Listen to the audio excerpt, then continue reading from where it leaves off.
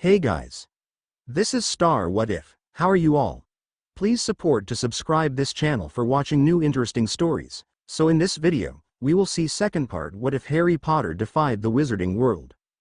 Here is short summary. Abandoned to hardship, Harry Potter grows into a cunning thief and rebel. Armed with his wits and magic, he enters the wizarding world on his own terms, challenging authority and reshaping his destiny. But before we start, if you want more stuff like this, then be sure to subscribe and like this video. And if possible, share this video with your friends. Now let's start the story. Harry waited several painful minutes for the teachers to talk about what to do, and then for them to tell that Lockhart idiot to go into the chamber to save Ginny and Daphne. Bloody Lockhart. They were kidding, right? They were going to depend on someone to go and save those girls, and they asked Lockhart? The guy who couldn't handle a cage full of pixies. The guy who got knocked backwards by a single spell. The guy who did nothing but talk about how amazing he was and had the most overinflated ego Harry had ever seen. The guy who had done nothing to back up any of the amazing things he'd claimed to do in his books in school. The guy whose most pressing concern was whether or not he was winning the Most Charming Smile award. That was their idea of a savior. The idiocy. The complete and utter incompetence on the half of the staff. Bloody hell. Did they want Ginny and Daphne to die? Because if it was up to Lockhart, they would. There was no way under the sun that guy could take care of a basilisk. Harry was beginning to wonder if he should be transferring to a school where people were less likely to die, and the teachers actually gave a damn about the students they were supposed to be looking after. To quote the oh-so-elegant Carrie, this was bullshit. He waited a single second for the teachers to disperse, and then bolted down the hallway into the girls' bathroom, Astoria and Tracy right on his heels. He didn't tell either of them to let him do it alone. There just wasn't time, and help was always useful. Fear dissipated and left anger and power behind. The children who entered the bathroom were soldiers, not students. It shouldn't have been them. It should have been an adult, but no one who could help would, and it was someone they were close to on the line. He skidded to a halt in front of the sink that he was sure was the entrance. Astoria and Tracy nearly ran into him. "How does it open?" Tracy hissed, glancing about the sink as though she was expecting to see a magic lever of some sort. Without thinking, Harry barked, "Open," not even noticing that he had slipped into Parseltongue. An unnatural hissing noise left his throat. It didn't matter. He was on a mission, and they were running out of time. Obediently, the sink gave way to a long, dark tunnel. Harry glanced over his shoulder at Astoria and Tracy, who were looking determined and angry. He shared the sentiment. It was their friend and sister on the line. The teachers wouldn't save them, so they would. He jumped down into the hole, the girls right behind him. They hit the ground, or more rather the dozens and dozens of skulls that were littering the floor of the chamber. Tracy let out a squeak of disgust and pushed herself to her feet. The room gave out to a tunnel, which twisted further down underneath the school. There was some water on the floor, which made Harry think that it ran under the lake. It looked like he had. Astoria stood up straight and said, "Do we have a plan?" Harry held up the sword he had retrieved by the handle. "Where'd you get that?" Tracy asked, startled. "That hasn't been seen around the castle in centuries. The last person who used it was Gryffindor's late champion, William Bennet." "I went to the headmaster's office right before he ran off," Harry replied. "This can kill the basilisk. Not a lot gets past its scales, but fire is painful for it. It hates it. Daphne said she was going to get something that protected our eyes for a little while, but I don't know." "I got it," Astoria said. Harry turned his head and saw her tearing the package open, before pulling out 3 pairs of what resembled sunglasses. She dropped them. Before she stopped talking and stared down the hallway. Under the anger was a very real fear for her sister's safety. "She's going to be fine. They're going to be fine," Harry said, taking his pair of glasses. The flash of Daphne's challenging stare burned into his memory. His heart clenched. She was one of his first real, magical, friends, and he wasn't going to lose her. "Tell us about the basilisk," Tracy whispered, wand in hand. "It's over 60 feet long. A strike from the tail could kill you. Keen sense of hearing and scent as well as sight. Don't get bitten. Its venom is fast-acting and lethal." Harry reeled off. He'd read up on the monster before heading down. First plan would be to put out its eyes, as a precaution, and then somehow hit its heart.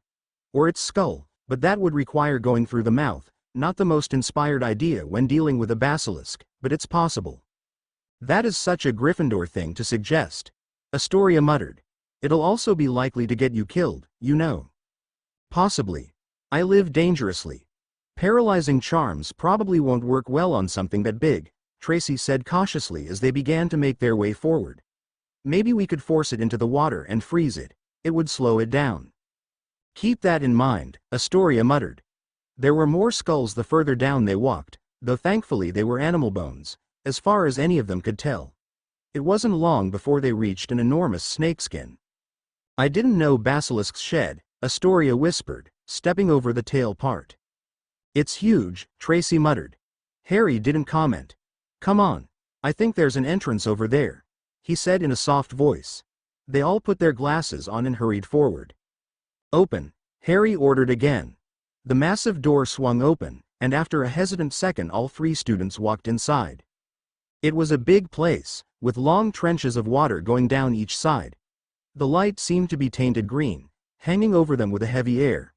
There was a massive, Medusa-like statue in the end of the hall, and right in front of it. Astoria let out a cry like a small child and bolted across the hall. The source of her distress was clear.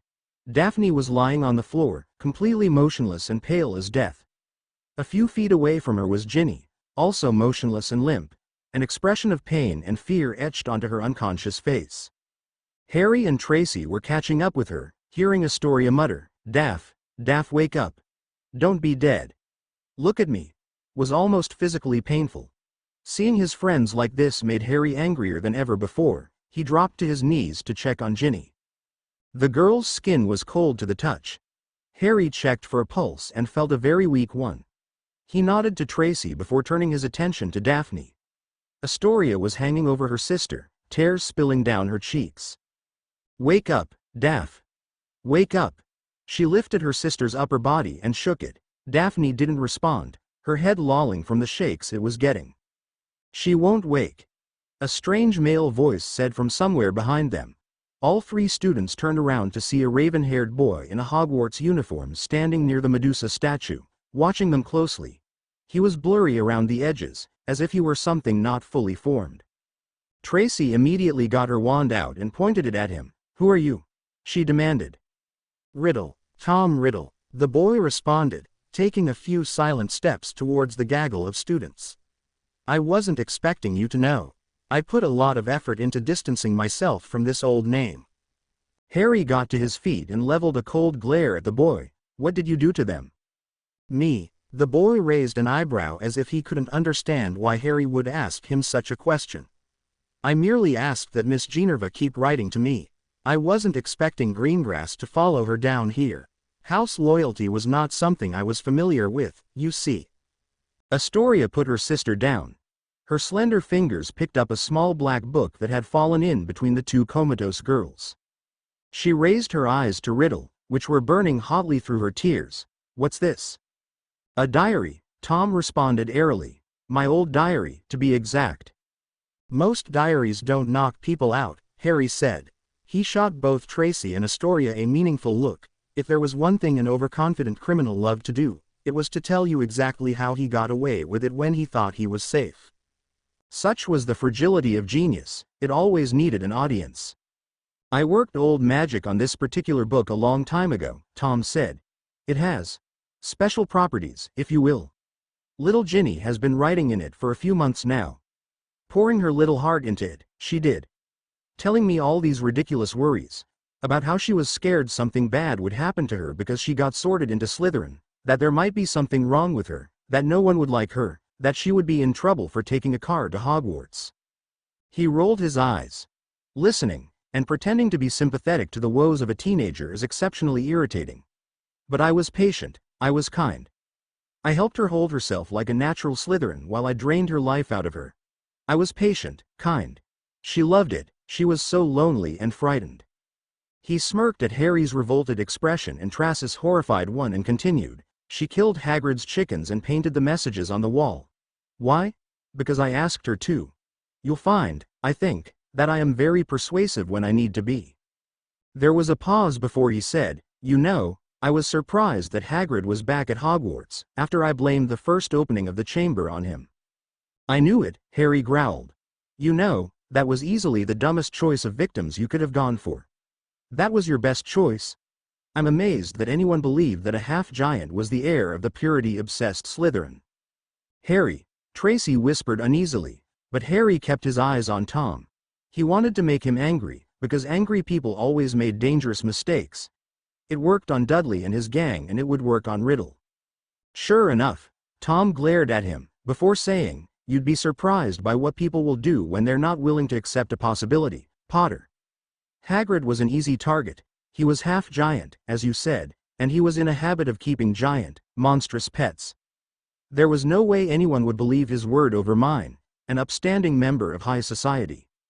He then said, "Eventually, Ginny figured out what was going on around her. I suppose there would have to be reason she was in Slytherin, and she went to the library to find out more about what I had done to my book. She came close. Uncomfortably close to figuring out exactly what I had used to create it. Of course, I couldn't have that, because she would have gone straight to her muggle-loving father and that old meddler of a headmaster. I had to eliminate her. Unfortunately, my rushed response got more attention than I wanted." He scowled in Daphne's direction. Ginny's dorm mates were starting to notice what was wrong with her, and you, Astoria Greengrass, told your sister. Daphne went out looking for her and came across me when I materialized from the book. I was forced to drag her into the chamber along with Ginny lest I be discovered. It took much more energy than I would have liked to force her to write in the diary until she, too, fell silent. He glanced at Astoria. "Do you know what your sister's greatest fear is?" He smiled maliciously. "It is that you, with your political mind and determination and hatred of pureblood custom, would abandon her. She wants, more than anything, to please her parents, to be the princess they want her to be. But she loves you as well, and knew that accepting her parents' wishes could mean breaking ties with you, permanently. And that, dear Ash, was the thought that put her in my power." Astoria had stood up, swallowing hard, her hands shaking with the force of her anger. "You bastard!" she spat, whipping out her wand.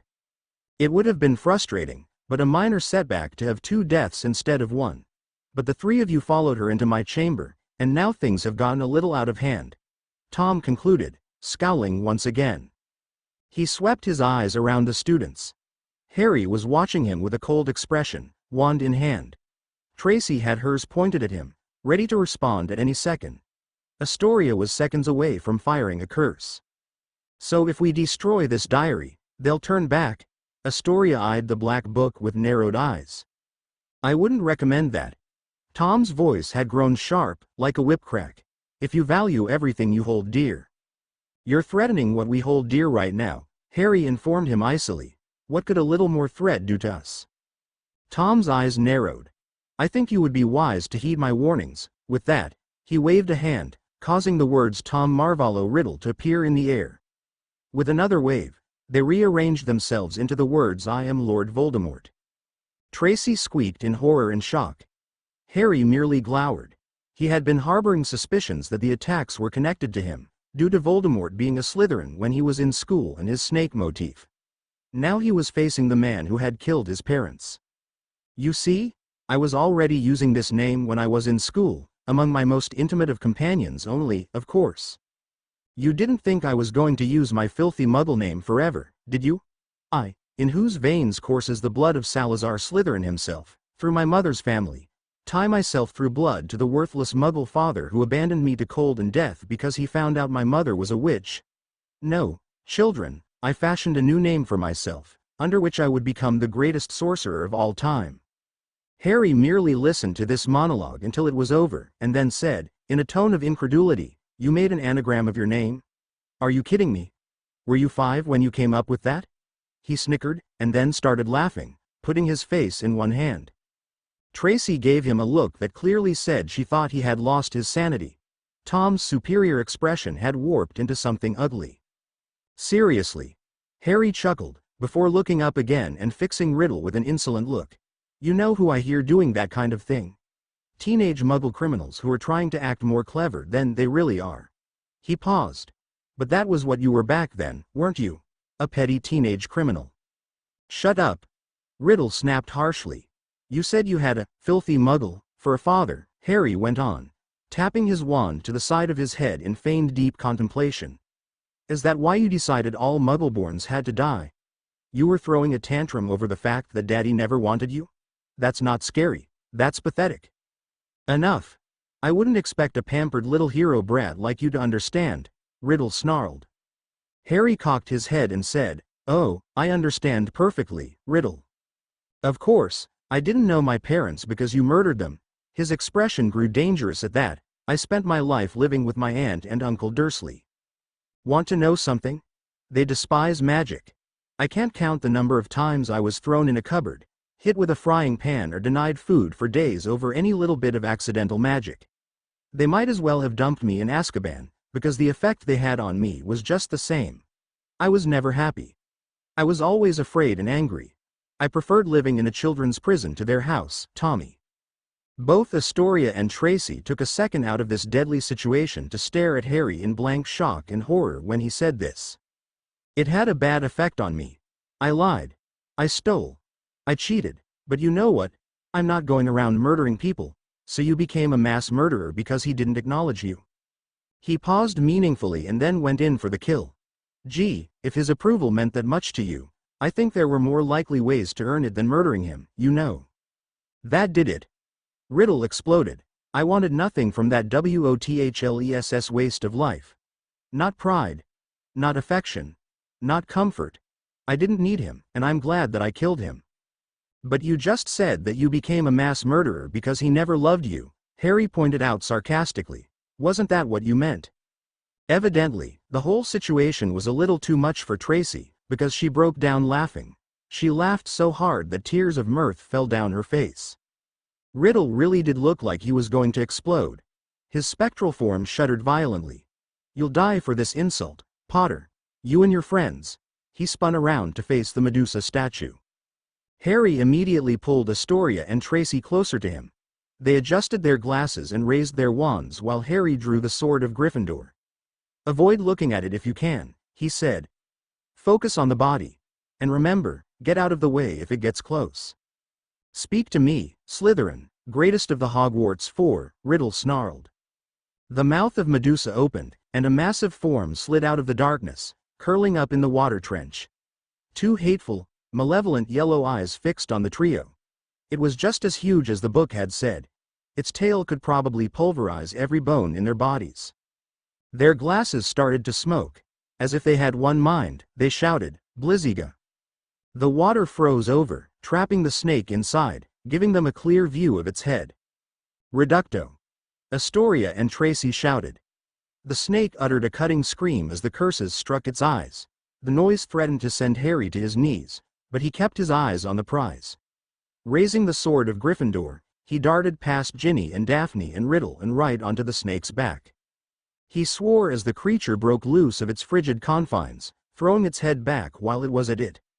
Only his death grip on its horns kept him from being flung into the back wall. Astoria and Tracy immediately backed up, casting incendio on either side of the basilisk, circling it, not letting it pick a target. Harry shuffled his weight, trying to balance long enough to drive the sword into the creature's head, some of the blood from its eye wounds being splashed against his face. Riddle screamed up at the creature, "You can smell them.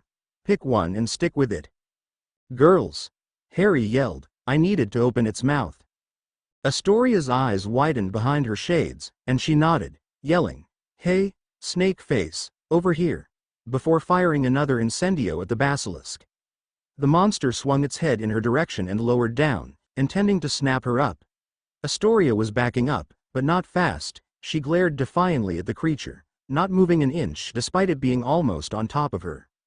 Harry somersaulted off the creature's head as soon as it was low enough. His shoulder screamed in protest when it slammed into the stone floor, but he ignored it, spinning around and then coming right up with all the strength in his young body.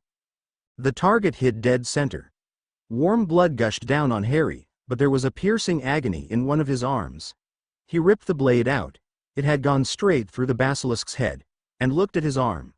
A single basilisk fang was buried in it. The basilisk gave a single scream of pain when finally, after 1,000 years, Slytherin's creature fell down dead. Harry hissed in pain, grabbing the part of his arm that was injured. Both his blood and the blood of the basilisk was all over him, and made him feel quite sticky, but currently he was focused on the pain. It bit him. Damn it, he had meant to avoid that. Now all he could do was pray that Poppy would have a remedy for that inadvisable move. Harry. Astoria saw it too. Her mouth had dropped open in fear. Harry, damn it, that's bad, I told you that was a stupid move. Harry nodded before wincing. The pain in his arm threatened to get steadily worse. Both girls were standing on either side of him. Not now, there's something we have to deal with. Ignoring the pain, he struggled over to Voldemort's catty little diary and looked down at it for a second. Then he looked up at Riddle, who was staring at the three of them in utter disbelief. Harry stared at him for a second before, in a calm, false casual tone, waved the sword of Gryffindor around. Useful, this thing's isn't it? A letter opener and a basilisk killing machine. His eyes narrowed. I wonder what else it can do. Riddle paled. Well, more than he already was, and shouted, no, but it was too late. Harry raised the sword and drove it into the diary with all his remaining force. The sword tore right through it and hit the stone floor of the chamber. Ink gushed out of it and poured all over the floor, as though Harry had just rammed it through someone's heart. Riddle gave a scream much like the basilisk and exploded into a shimmer of light. Harry dropped to his knees. The pain in his arm was getting steadily worse, but both the monster and the diary were destroyed. He'd done what he had come down here to do, and despite his wound he felt a smirk crossing his face. Both Ginny and Daphne groaned simultaneously and pushed themselves into sitting positions. Surprisingly, it was Ginny who found her voice first, turning her head to see Harry kneeling in front of her. Harry, Merlin, you have to believe me, there's this guy named Riddle and he was using the diary to make me open the door to the chamber. She broke off abruptly when she saw his arm. Harry, your arm. Pushing her own nightmarish ordeal to the side, Ginny scrambled over to Harry's side. Daphne, shaking her head to organize her thoughts, joined her a second later when she realized what was going on. Ginny reached out and tugged the fang loose, anxiously examining the scar. Oh no, oh no, oh no, she whispered. Harry just had time to register a musical cry and the blurry image of a red and gold phoenix before the world went dark. RRY. Ari. Harry. Harry. Harry blinked several times. His eyelids felt heavy, like he hadn't slept in an entire week. Slowly, he raised a hand and ran it through his perpetually messy hair, trying to make sense out of last night. God, why was everything so confusing? Why did his arm feel tender? His hand slid down his chest and touched a bone. He blinked again, pushed himself into a sitting position, saw the fang dangling from the string. And he remembered everything, the basilisk, Riddle, Daphne and Ginny. Harry. Suddenly he was wrapped in a double embrace. Both the Greengrass sisters had hugged him. Ow, gently, Harry protested. Astoria and Daphne, who was now looking much more healthy than she had the last time he had seen her, blushed sheepishly and released him. He took a deep breath and looked around. He was in the hospital wing, but all the students who had been petrified were gone from the beds they had occupied. How long was I out? Almost a full day, Tracy supplied, before shoving a potion under his nose. Take this pepper-up potion. Doctor's orders. Harry nodded, his fingers fumbling with the vial as he tipped it back and drained it dry. Everything became clear and focused, and wakefulness came to him. He glanced down at the place where the fang had dug into his skin. The wound had completely closed over, the only indication that it had been there at all was a thin scar. We thought you might want to keep the fang as a trophy, Daphne said, so we put it on a chain for you. Thanks, Harry said, fingering the fang that had almost killed him. So, what did I miss? Astoria whistled. A whole lot. It was nothing short of total anarchy when we emerged from the chamber. There were parents and Aurors running around everywhere. Dozens of howlers were going off at the same time. Rita Skeeter was there for Merlin's sake. And this funny Auror named Tonks had to stop my mum and dad from murdering the headmaster. Apparently the fact that there was a giant snake going around petrifying students hadn't been public knowledge until Daphne and Ginny got dragged into the chamber, and the parents were flipping out. Especially Dad. I have never seen him scream like that, he's always so in control. The minister was there, Skeeter was there because she's putting the whole thing into the profit. I'm really angry about that, you know. She acts like you were the only hero and we were all helpless damsels who didn't do anything, Tracy said in annoyance. What? Harry asked, irritated. I can't see how I could have defeated that monster without your help. Yeah, thanks. Well, the minister was there because Dumbledore has to face an inquiry of how all these attacks went on under his nose, and how a bunch of students were the ones who A. figured out what the monster was and B. were the ones who killed it, when he knew perfectly well where they were because after they defeated the monster, he sent his phoenix to get them out. Wait, Harry's dazed mind took a second to process this. You mean he knew we were in the chamber? He just let us face the 1,000-year-old monster without even a sliver of support and sent help after it nearly killed us? Astoria nodded vehemently. That's all I heard. Dad was all but dragging Dumbledore out the front door. I lost them there. That son of a bitch! Harry shouted. We could have died. He could have gone down and gotten Daphne and Ginny, but he just sat there. It was at this moment that he realized someone was missing. Speaking of whom, where is Ginny? Shouldn't she be in the infirmary? She was exposed to Riddle's soul-beeping diary for at least a couple months. At this, all three girls became quiet. Astoria's expression went from one of triumph to homicidal anger. Minster Fudge deserves to get ripped apart by centaurs. She ground out, and Lucius Malfoy should die in a fire. Harry's heart jumped. That wasn't good. What happened?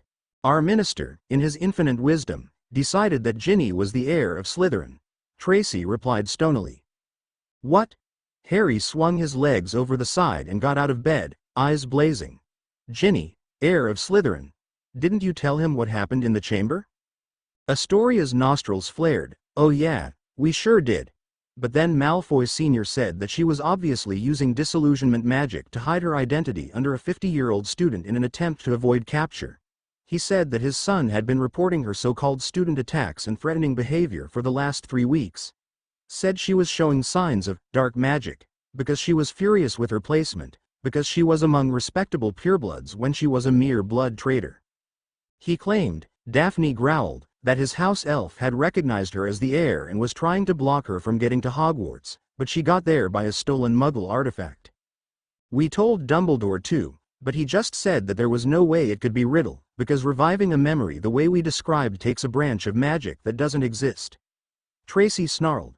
So he just merrily handed Ginny over to the minister, who's going to throw her in prison. Prison? Harry repeated in disbelief. They're sending her to juvie for something she didn't do?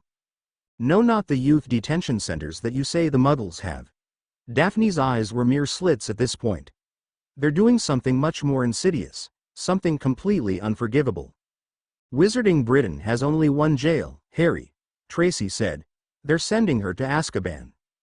A total, stony silence hung in the air. Harry stared at the girls, hoping one of them would discount this information as an exaggeration or misinformation. When none of them did, the lamp on his table exploded into a million pieces. Of course, they aren't saying that officially, Astoria ground out. They say they're just putting her in a ministry holding cell, but that's a bloody lie. Malfoy has a blood feud against the Weasleys, has had one ever since he was in school with them. They thwarted lots of his restrictions against Muggleborns and stopped one of his Death Eater raids. Nothing would make him happier than throwing one of their children into a living hell, as punishment for getting in his way. He manipulates Fudge like a marionette, so he agreed to it. Harry shook his head slowly. They were going to throw an 11-year-old girl into Azkaban to be tormented by Dementors? They were. With this realization came both a burning fury and the same sharp clarity that Daphne being taken to the chamber did. Where's the port that leads to Azkaban? Where's the closest Muggle settlement? It's near the west end of London. Daphne said. I can show you the town on a map. Harry, what are we going to do? Harry had a house elf give him his backpack before saying, right now, we're cutting school. I'm going to grab the car and go out until I get cell phone reception. Then I'm going to make a few calls. Ginny Weasley will not set a foot inside Azkaban if I have anything to say about it. He headed for the halls. Who are you contacting? Daphne asked. I know a few people in low places. Harry said, it'll never occur to them, since a lot of wizards seem to think it's below them to have actual Muggle contacts. And they have just the kind of help we'll be needing. I don't do this very often, but this time I have exactly what they'll ask of me. The girls ran to keep step with him. "Just a warning, Harry," Tracy said, "if someone was to actually escape from Azkaban, the response would be to put a key asterisk on site order on that person." I couldn't give less of a damn, Tracy. I didn't survive 10 years at the Dursleys by playing by the rules, and I'm never going to leave a friend to the Dementors. Harry retorted simply. Tracy nodded in acceptance of this and they continued their race down the hallway. They were about to turn a corner that usually lead out to Hagrid's hut when they saw Dumbledore talking to some of the Board of Governors. He looked over, and when he saw them he gestured for them to wait before walking towards them. "Harry, my boy. It's good to see you're out of bed, but shouldn't you remain in the hospital for a while?" the man said, his eyes twinkling a bit. Harry didn't look at him. "Sir, I can't simply lie down and stare at the ceiling when one of my friends is being thrown in a prison for something I know she's innocent of. My boy, the evidence is against Miss Weasley," the man said in what was meant to be a placating tone, but just came across as condescending. "I understand you were confused." "I'm not confused about anything," Harry retorted, "and I find it difficult to believe that a first year would be able to preform a concealment charm of that power capacity. Again, let me reiterate, I am not leaving a friend to rot in jail. Perhaps you should speak with Mr. Weasley and his family, then. They're going to put for a defensive petition to get her out of trouble." "That would be nice." There were at least a dozen compulsion charms that fell through when Harry befriended Greengrass instead of Ron Weasley on the train, and the relationship he had intended for him to have between the boy and Miss Granger also failed when the boy refused to tolerate her rule-abiding nature. It was frustrating because now he had no idea what the boy was up to on a regular basis, and he was far too reckless and free-form for Dumbledore's comfort. He wanted to get the boy under his thumb as quickly as possible. "No," Harry said. "I'm going to speak to Hagrid. He was, after all, the last guy who got expelled and nearly thrown in prison because the people involved couldn't be bothered to investigate his case even a little bit." Dumbledore scowled. He wished the boy would just look him in the eye. He wanted to see what was going on inside his head. "I'm afraid I must insist you stay inside, Harry." "Sir, the threat has passed," Daphne Greengrass pointed out. "It's safe to go outside now, and this is a matter of importance to all of us. Children, I act as a loco parentis while you are at school, and I do not think this decision is in your best interests." "Why?" Harry raised an eyebrow challengingly, looking Dumbledore in the face for the first time. "I'm just going to have a chat with the gamekeeper. So unless there's something really serious that you don't seem to want me to know, there should be no reason I can't go." Without waiting for a response, he shouldered past Dumbledore and ran double time down the hall and outside, Daphne and Tracy on his heels. Dumbledore was shaken. Somehow, Harry knew that he had lied about there being no magic that could allow Riddle to store part of him in his diary. He didn't know the specifics, but now he knew that under the boy's shirt he was carrying a basilisk fang.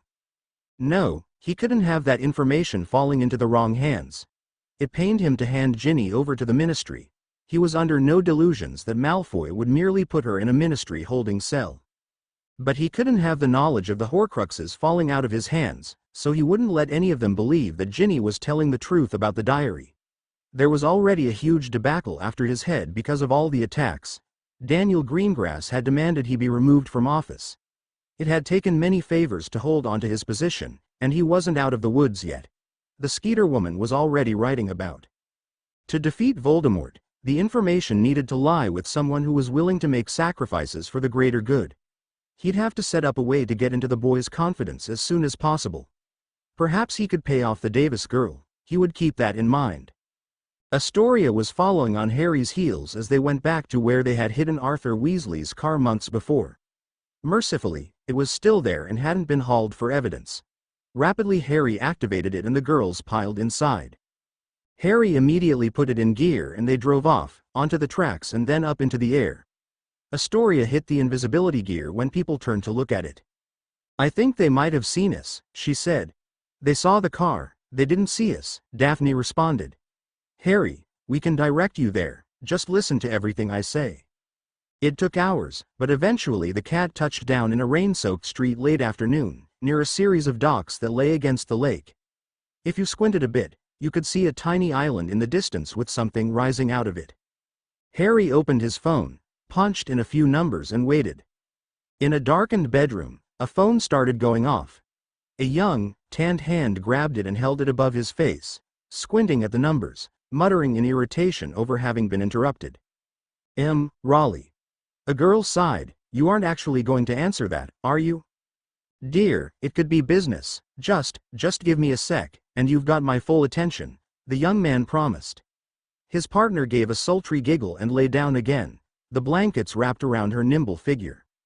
Raleigh hit the talk button and said, You've reached Raleigh Pentecost. He ran his free hand through his messy blonde hair. Hopefully this wasn't a snitch. He'd had to shut up at least 4 police officers over the course of the last year. Thankfully, only 2 of those had messy results. He preferred not to slaughter people unless the situation truly called for it. There was a short pause as a boy's voice came across the connection. A familiar young voice. A boy with black hair and green eyes flashed in front of his eyes. Potter? I admit, I'm surprised to be hearing from you. I thought you didn't want to join up, he said. There was another pause, and the boy's agitated voice sounded again. A female friend? Wrongful incarceration? You want my help? A confirmation. Raleigh leaned back. Despite his occupation, he liked children and wouldn't mind bailing one out. However, money didn't grow on trees. You know that doesn't come cheap. There was a pause as Potter replied, and after a second Raleigh shot straight up. Are you kidding? Solid gold? You better not be making this up. More chatter. You're having me, aren't you? Vehement denial. Okay, you've got my attention. What do you need? There was another long pause. Right. Gotcha. My men will be over there by dinner. Send it anonymously to this address. And mind you, I will be checking it. A cheerful confirmation. Right. Good luck. Raleigh cut the connection and dialed again. Hey, Marcus. I've got a job for you tonight. Get your stun wards and go to these docks. You're helping Potter extract a girl. There was a pause, and then Raleigh chuckled. Hilarious. He's 12, remember? He chuckled. Yeah, I suppose it couldn't hurt to get her off the market early. Anyway, make sure you're there no later than the given time. Your window is small. Call me when you're done. He shut off the phone and then lay down again. His partner giggled and ran her fingers over his bare chest. What was that about? She asked sweetly. He smirked at her. That, darling, is a job worth 10 pounds in gold. She squealed as he pulled her on top of him. Orer Dawlish, one of the 6 oarers leading Ginny to the docks, had no idea what hit him. 1 minute, they were just waiting for the boat. The next, they were assaulted by dozens upon dozens of young men in black coats with masks. In the chaos, Dawlish's wand was knocked out of his hand and stepped on. Then there was a loud crack and the world went black. When he eventually regained consciousness, their attackers had faded into the shadows as suddenly as they had appeared. Their charge, the apparent heir of Slytherin, was gone. His head was ringing painfully. They were surrounded by Muggle emergency vehicles. He had demanded to know what had just happened. The Muggle closest to his stretcher had explained that they had crossed the Blood Knight gang, who must have taken offense to their presence around the young girl. Dawlish let his head hit the ground. He'd been cornered by Muggles, who had the nerve to snap his wand, and now he was going to be saved by them. How was he supposed to show his face at work now? He'd be a laughing stock. The Obliviator team, when it finally got there, was working overtime to erase the Muggles' memories of the place, since it was far too close to Azkaban for them to keep their memories of it. After they were finally done, they swept the area for the young suspect, but she had vanished without a trace. Ginny wasn't sure exactly how she felt. Oh, she was definitely overjoyed that she had been rescued. Her father had been to Azkaban once and said it was the worst experience of his life. But apart from that, she was angry. How could Professor Dumbledore blame her for the attacks? They had all given him pensive memories just like Mr. Greengrass and Mrs. Bones had said, and he still didn't believe them. He was okay with her just being dumped in Azkaban. Hadn't anyone protested? She was a good girl. She hadn't meant to hurt anyone. She didn't do it. At this point, Ginny decided that if she ever saw Dumbledore again, it would be too soon. They were sitting in the car while Harry ducked into Gringotts. Astoria had put the invisibility cloak over her, and she currently had Maria sitting on her lap, comforting her. She didn't ask why she was here. The distraction was welcome. It was still raining as it got later, which she supposed complimented her mood. Harry finally emerged from inside the building, looking pleased. "What was he doing?" Ginny asked. "Paying the guys who helped us bust you out," Tracy explained. Harry was halfway to the car when someone called out to him. Ginny couldn't hear very well, but she recognized the woman who walked up next to Harry and saying something to him. "Isn't that Rita Skeeter? What does she want?" Astoria wondered, following her gaze. Harry turned on his heels and said something to Rita, who looked very pleased all of a sudden. Their conversation continued for a little, though none of the girls could hear it. Harry was gesturing animatedly and then pointed to the car. Rita nodded and raised a hand skyward. Harry nodded again and then walked towards the car, while Rita hurried off in another direction. Harry swung in and shut the door, looking pleased. "Hey girls, feeling up to an interview?" he asked, smirking. Ginny blinked twice, and then understood. "Oh yes, I think I would like that very much." Astoria leaned over and pecked Harry on the cheek. "Just make sure she's actually writing what you're saying. Sometimes she likes to change a few lines for the sake of a story." "Oh, don't worry," Harry chuckled, putting the car in gear. "She's going to love this." Harry parked the car near the leaky cauldron and got out. The streets seemed a bit livelier than the last time he had seen them. News must get around fast among wizards. He remembered the last time he was here, hiding Carrie, Pierce and Miranda, muggles, within magical walls. He supposed it only made sense that he was still breaking the rules the next time he approached the building. After all, he technically had a convict hidden in his car. It was still raining, but that didn't bother him. A single warming charm from Tracy had made him feel better last time, and it seemed to be the only way to make his hair lie flat for once. It was an interview that he was going to, after all. He gave Ginny a drink and instructions to stay inside the car. Maria rubbed her head against Ginny's hand when the redhead nodded reluctantly. Daphne, Astoria and Tracy all stepped out and followed Harry into the pub. Now, Harry knew the potential downsides and pitfalls to going public. Fame was a fickle thing, and it was so easy for the public to turn on you, especially if you already had a record. So he had thought about what he was going to say to Skeeter very carefully on the way down. He'd known from the start that breaking Ginny Weasley out of prison was a risky gamble, and it would pit him against Lucius Malfoy, who was a member of the Wizengamot and a highly respected aristocrat. While Harry was famous, he was also a troublemaker and had been accused of hurting the other students. The current minister catered to Malfoy extensively, and there were a lot of people in that man's pocket. It put Harry at a disadvantage if Malfoy should decide to accuse him of something. The only way his words would have weight against Malfoy's was if he went public, loud and fast, so that's what he was doing.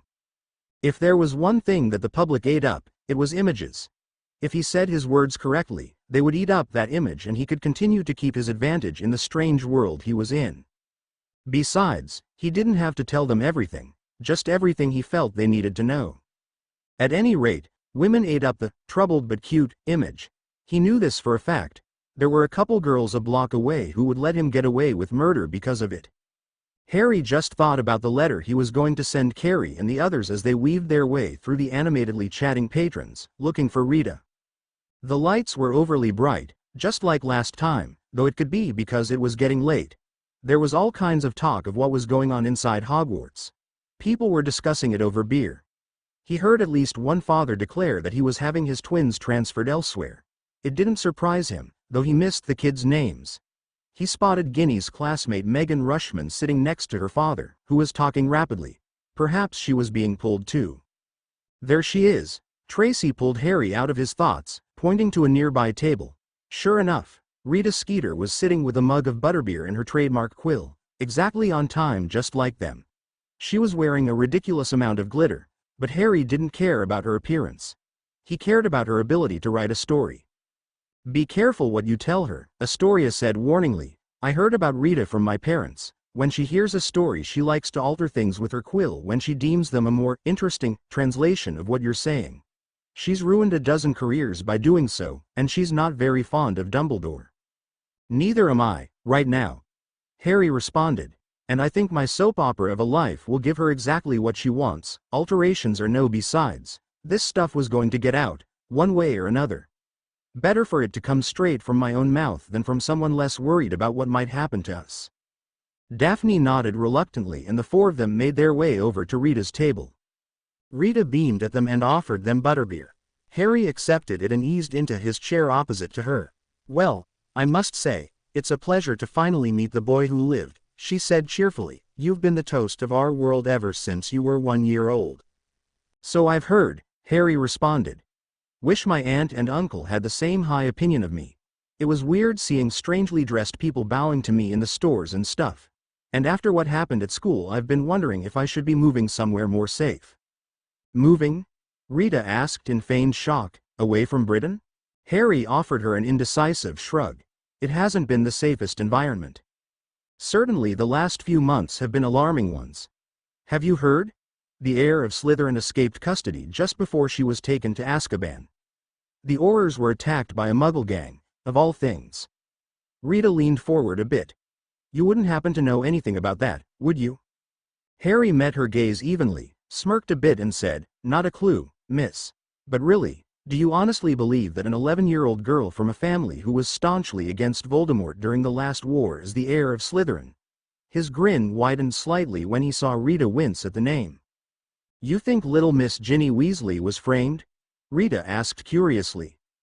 "Do I think?" Harry rolled his eyes. "I was there. I saw the actual heir. I fought his monster. Ginny was out cold, barely clinging to life, the entire time. I touched her. She was solid, not an illusion. So unless there's two of her, I don't see how she could have done it." "Then who is the actual heir, Harry Potter?" Rita asked, leaning in. "Perhaps you, hero of the chamber incident, can tell the world what really happened." "That's what we're here for," Harry nodded to indicate Daphne, Astoria and Tracy. "To tell you what our headmaster and some of the board of governors are overlooking. You know who, living memory, heir of Slytherin, Harry Potter, abused hero."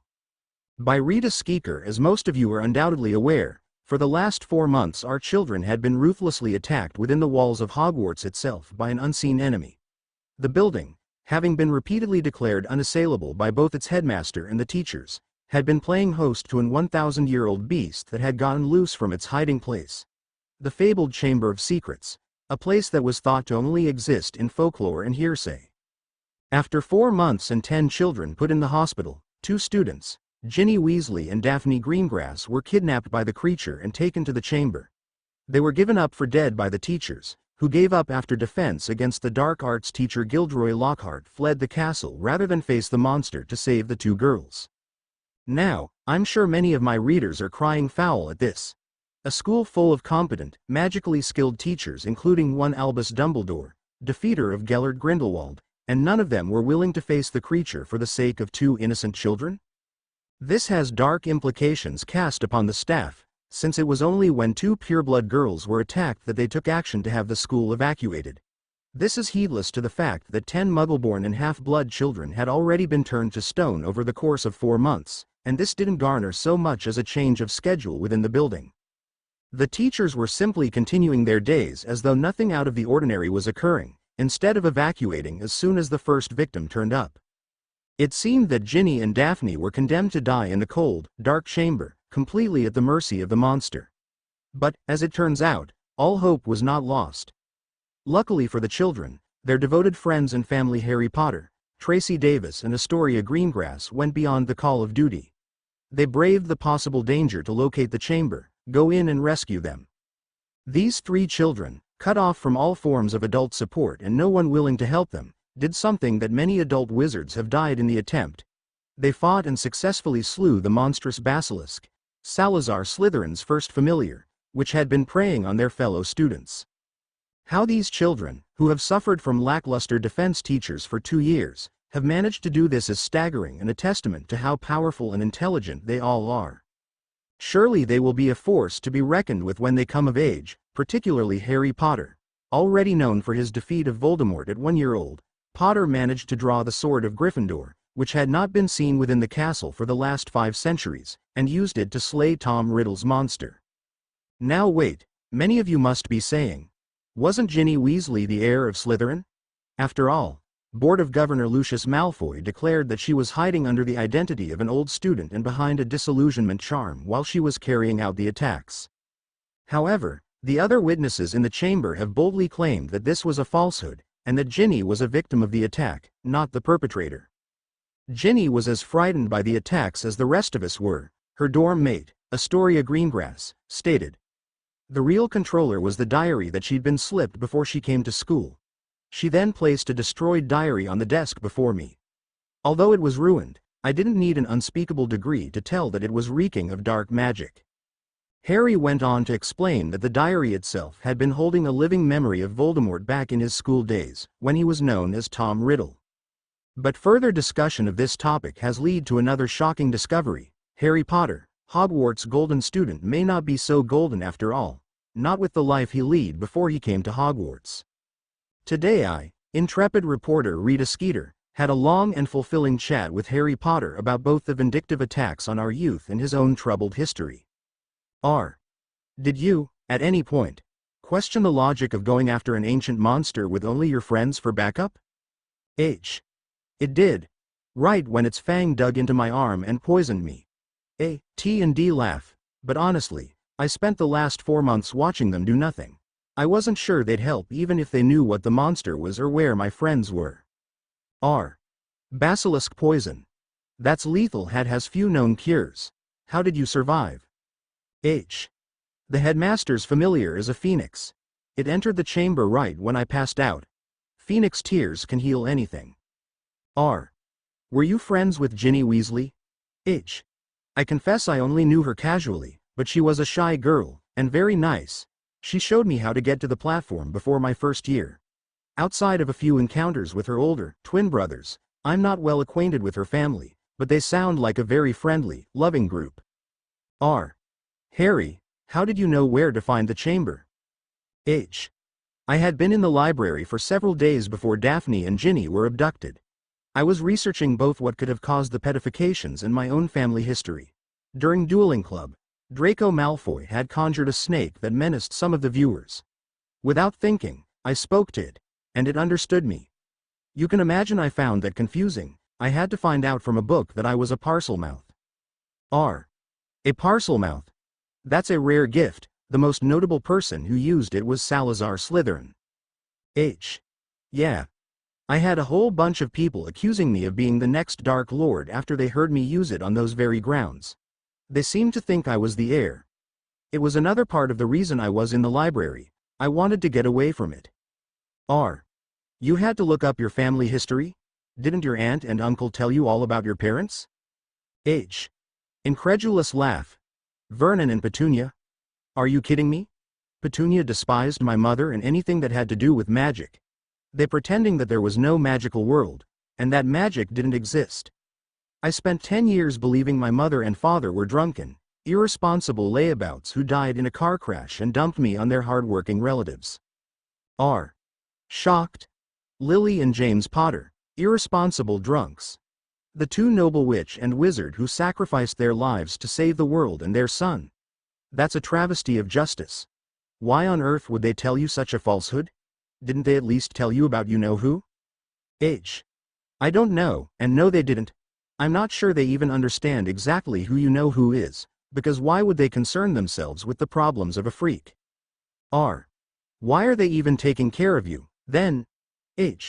No idea. Maybe someone's paying them, maybe they wanted free labor, it's lost on me. They hate magic, they wouldn't have told me about the madman after me if their own lives depended on it. Even just mentioning magic would get me thrown in a cupboard and denied food for long periods of time. Sometimes over a day, if I really made them mad, though that was usually reserved for any occurrences of accidental magic. A cupboard? They didn't give you your own room? No, my cousin Dudley is such an overstuffed whale he needed 2 rooms, you see. There was another empty room, but it was reserved for guests. So I stayed in the cupboard. I just got dumped on their doorstep, so that's how they treated me, like garbage. It wasn't until I got in trouble with the law that they decided to move me into the spare room, and that was because Vernon was afraid the police would figure out how they treated me. You've been living in an abusive household this entire time? My childhood nickname was Freak. That's all they called me. I didn't know what my real name was until I went to school. Dudley and his gang had something they liked to do called Harry hunting. They would chase me everywhere, and if they caught me, they would beat me up until I could barely stand. I did all the chores. I weeded the garden since the time I was 4, I cleaned the house, I washed the dishes. I cooked all the meals, and if I burnt anything I ate the burnt parts while they enjoyed the good food.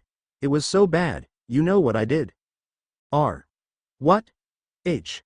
I shoved Dudley off the roof so I would get arrested, because anywhere was better than that house. I spent a good part of my childhood in juvenile hall, because even a youth criminal correctional facility was a better home than number 4, Privet Drive. At least in that place, I didn't have to steal my food. R. This is a nightmare. An outrage. A subversion of justice. An insult to the memory of Lily and James Potter. Their child, treated this way. Harry Potter, the boy who lived, forced into criminal behavior because Albus Dumbledore deemed it a good idea to send him to magic-hating muggles. Wait, Dumbledore put him there? I don't understand. He's not related to Harry, is he? R. The headmaster of Hogwarts always claimed to have your best interests in mind.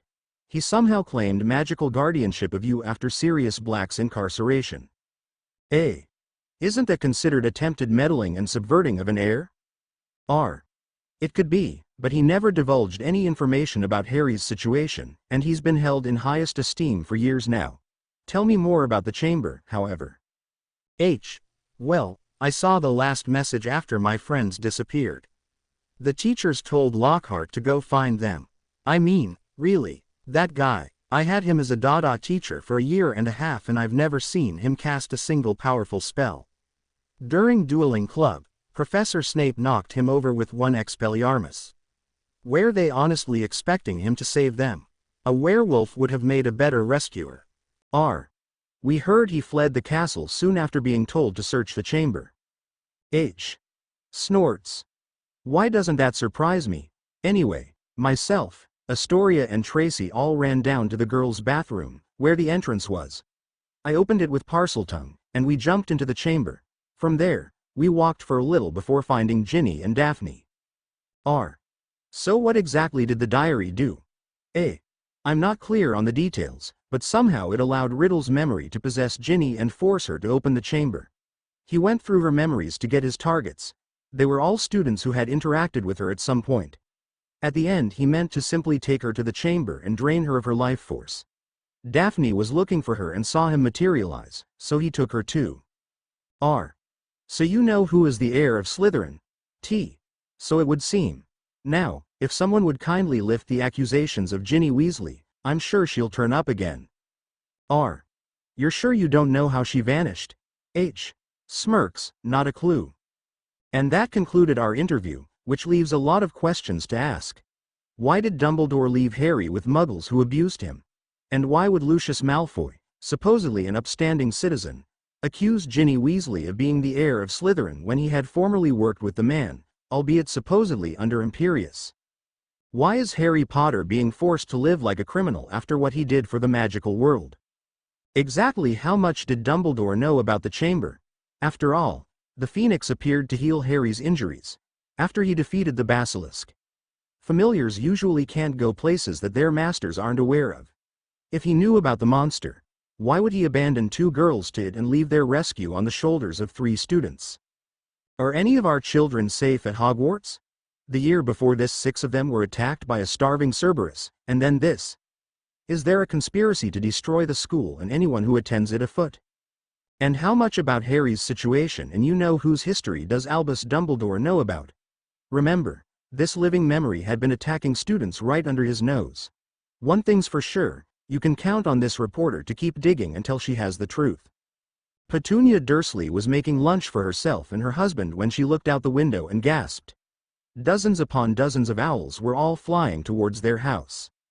Vernon looked out the window and let out an angry roar. Why the bloody hell are they coming here now? The brat is at school now. Unless he's managed to get himself expelled, the little troublemaker, it would surprise me at all, but he should just stay with the other freaks rather than tainting our reputation. Dudley stared up from his plate, fork stuck halfway to his mouth. The owls all flew to the rooftop, and suddenly numerous red envelopes cascaded down their chimney and into their kitchen, fluttering around the room like small birds. There had to be at least several dozen of them.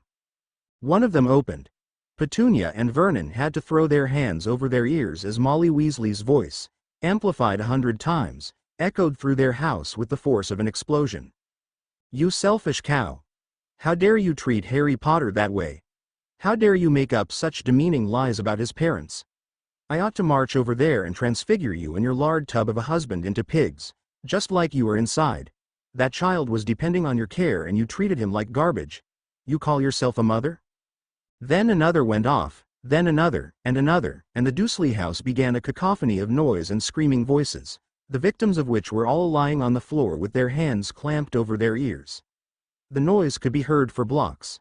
Such an assault of howlers hadn't been seen in one place ever before. Neighbors looked over at the house, not daring to get close but wondering what on earth was going on. The racket would continue for several hours until finally some Aurors came to the family's rescue, obliviating the neighbors and putting up a male redirection ward to keep out any more howlers. The family had been rendered deaf by the assault, and would have to be fixed by magic. Dudley was shaking like mad, having seen his father soundly defeated by a bunch of envelopes. No one had ever screamed at him like that. Unfortunately, they didn't count on one young Auror getting so irate at the sight of the overweight abusers that she decided to follow up on Molly Weasley's threat and transfigured the elder Dursleys into pigs. The Aurors were so focused on the task at hand that they didn't notice the 3 teenage delinquents standing at the corner, laughing themselves sick. Carrie halted the recording on her camera and turned to Pierce and Miranda, still laughing, and said, "I so wish I could put that on the internet. Take that, you fat whale, stuck-up shrew and your useless spoiled spawn."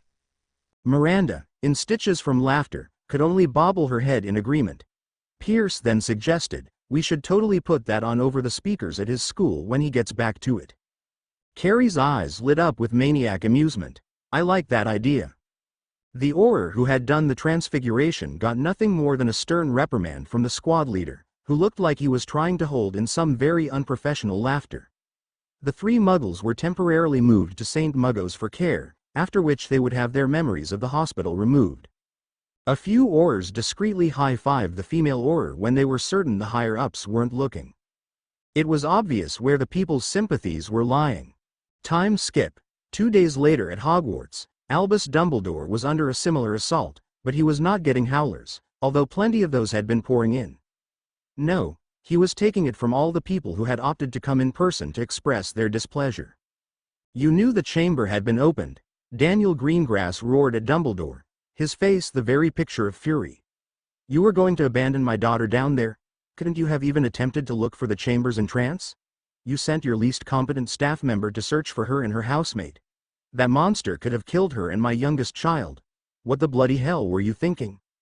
"This is the final straw," Angela Greengrass howled, her hands shaking with anger. "Unless you step down from your post as headmaster, I'm withdrawing Daphne and Astoria from this establishment, and I will be pressing charges. How dare you?" "Ginny is a good girl," Molly Weasley screamed when Daniel and Angela stopped for breath. "She never would have opened the chamber, and you threw her to the wolves? To Lucius Malfoy, and into prison. How could you? Now I don't even know where she is. And you didn't even tell me that my boy Ronald had been petrified since Christmas. I will never trust you again, Albus Dumbledore. If I had the money I would transfer my children out of this school this instant. You can consider this the end of any support you might have gotten from my family. Headmaster, I am demanding answers.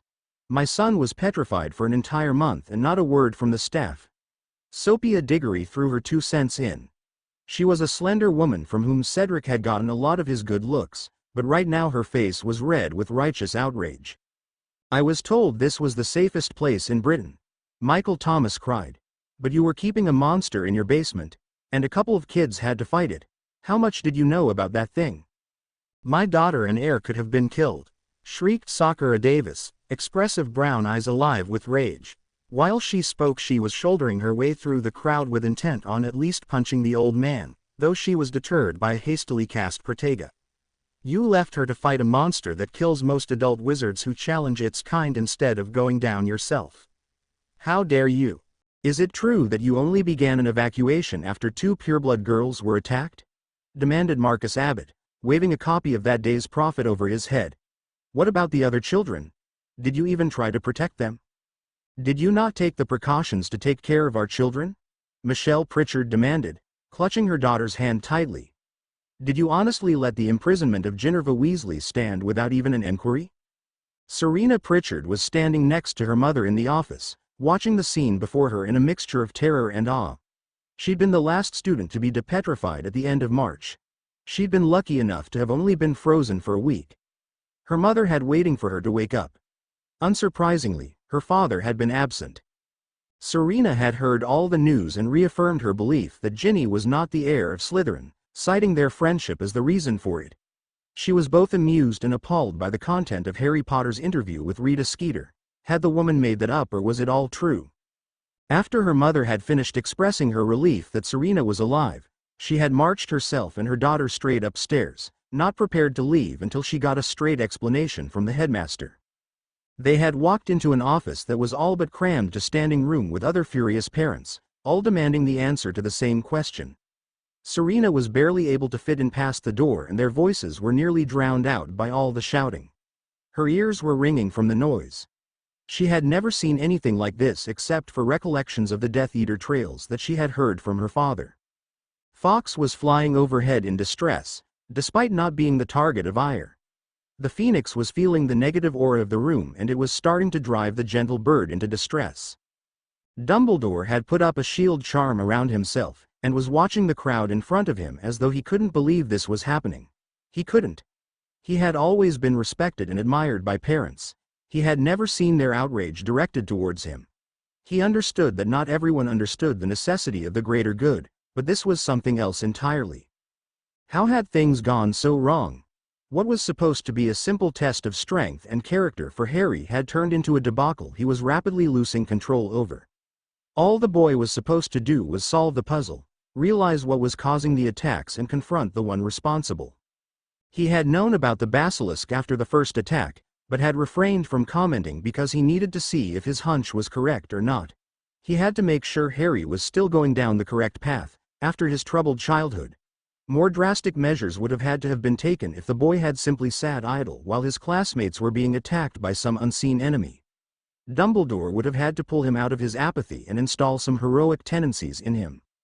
Well, as it turned out, despite his undesirable qualities, Harry was willing to risk life and limb for other people, which had Dumbledore sighing in relief. The boy had almost gotten himself killed, but Fawkes had dealt with that. He had meant to be there when Harry had awakened, answer all his unasked questions, and get him and his friends on board with the greater good. The girls might have required a little persuasion, but surely dimming their memories of the event to his favor would erase any hesitance.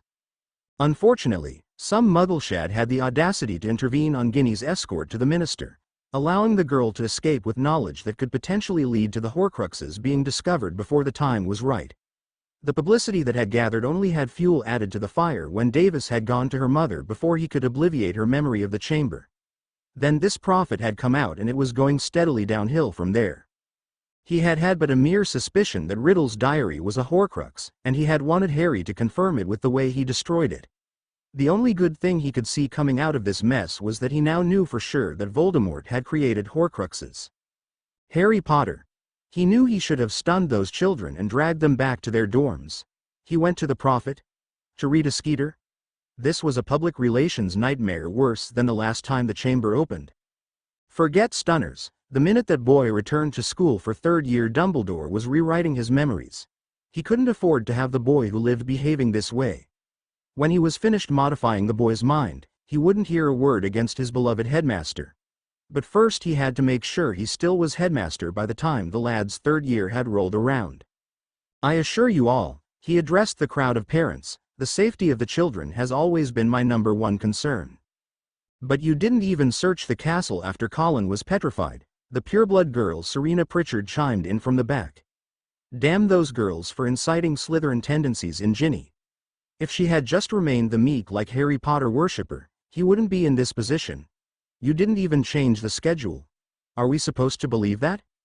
You didn't act when your familiar went into the chamber. You must have known where Harry and his friends were, Molly shouted. Fawkes is a phoenix, Dumbledore said, placating. He often knows things that I don't. I realize that I should have evacuated sooner. Sooner?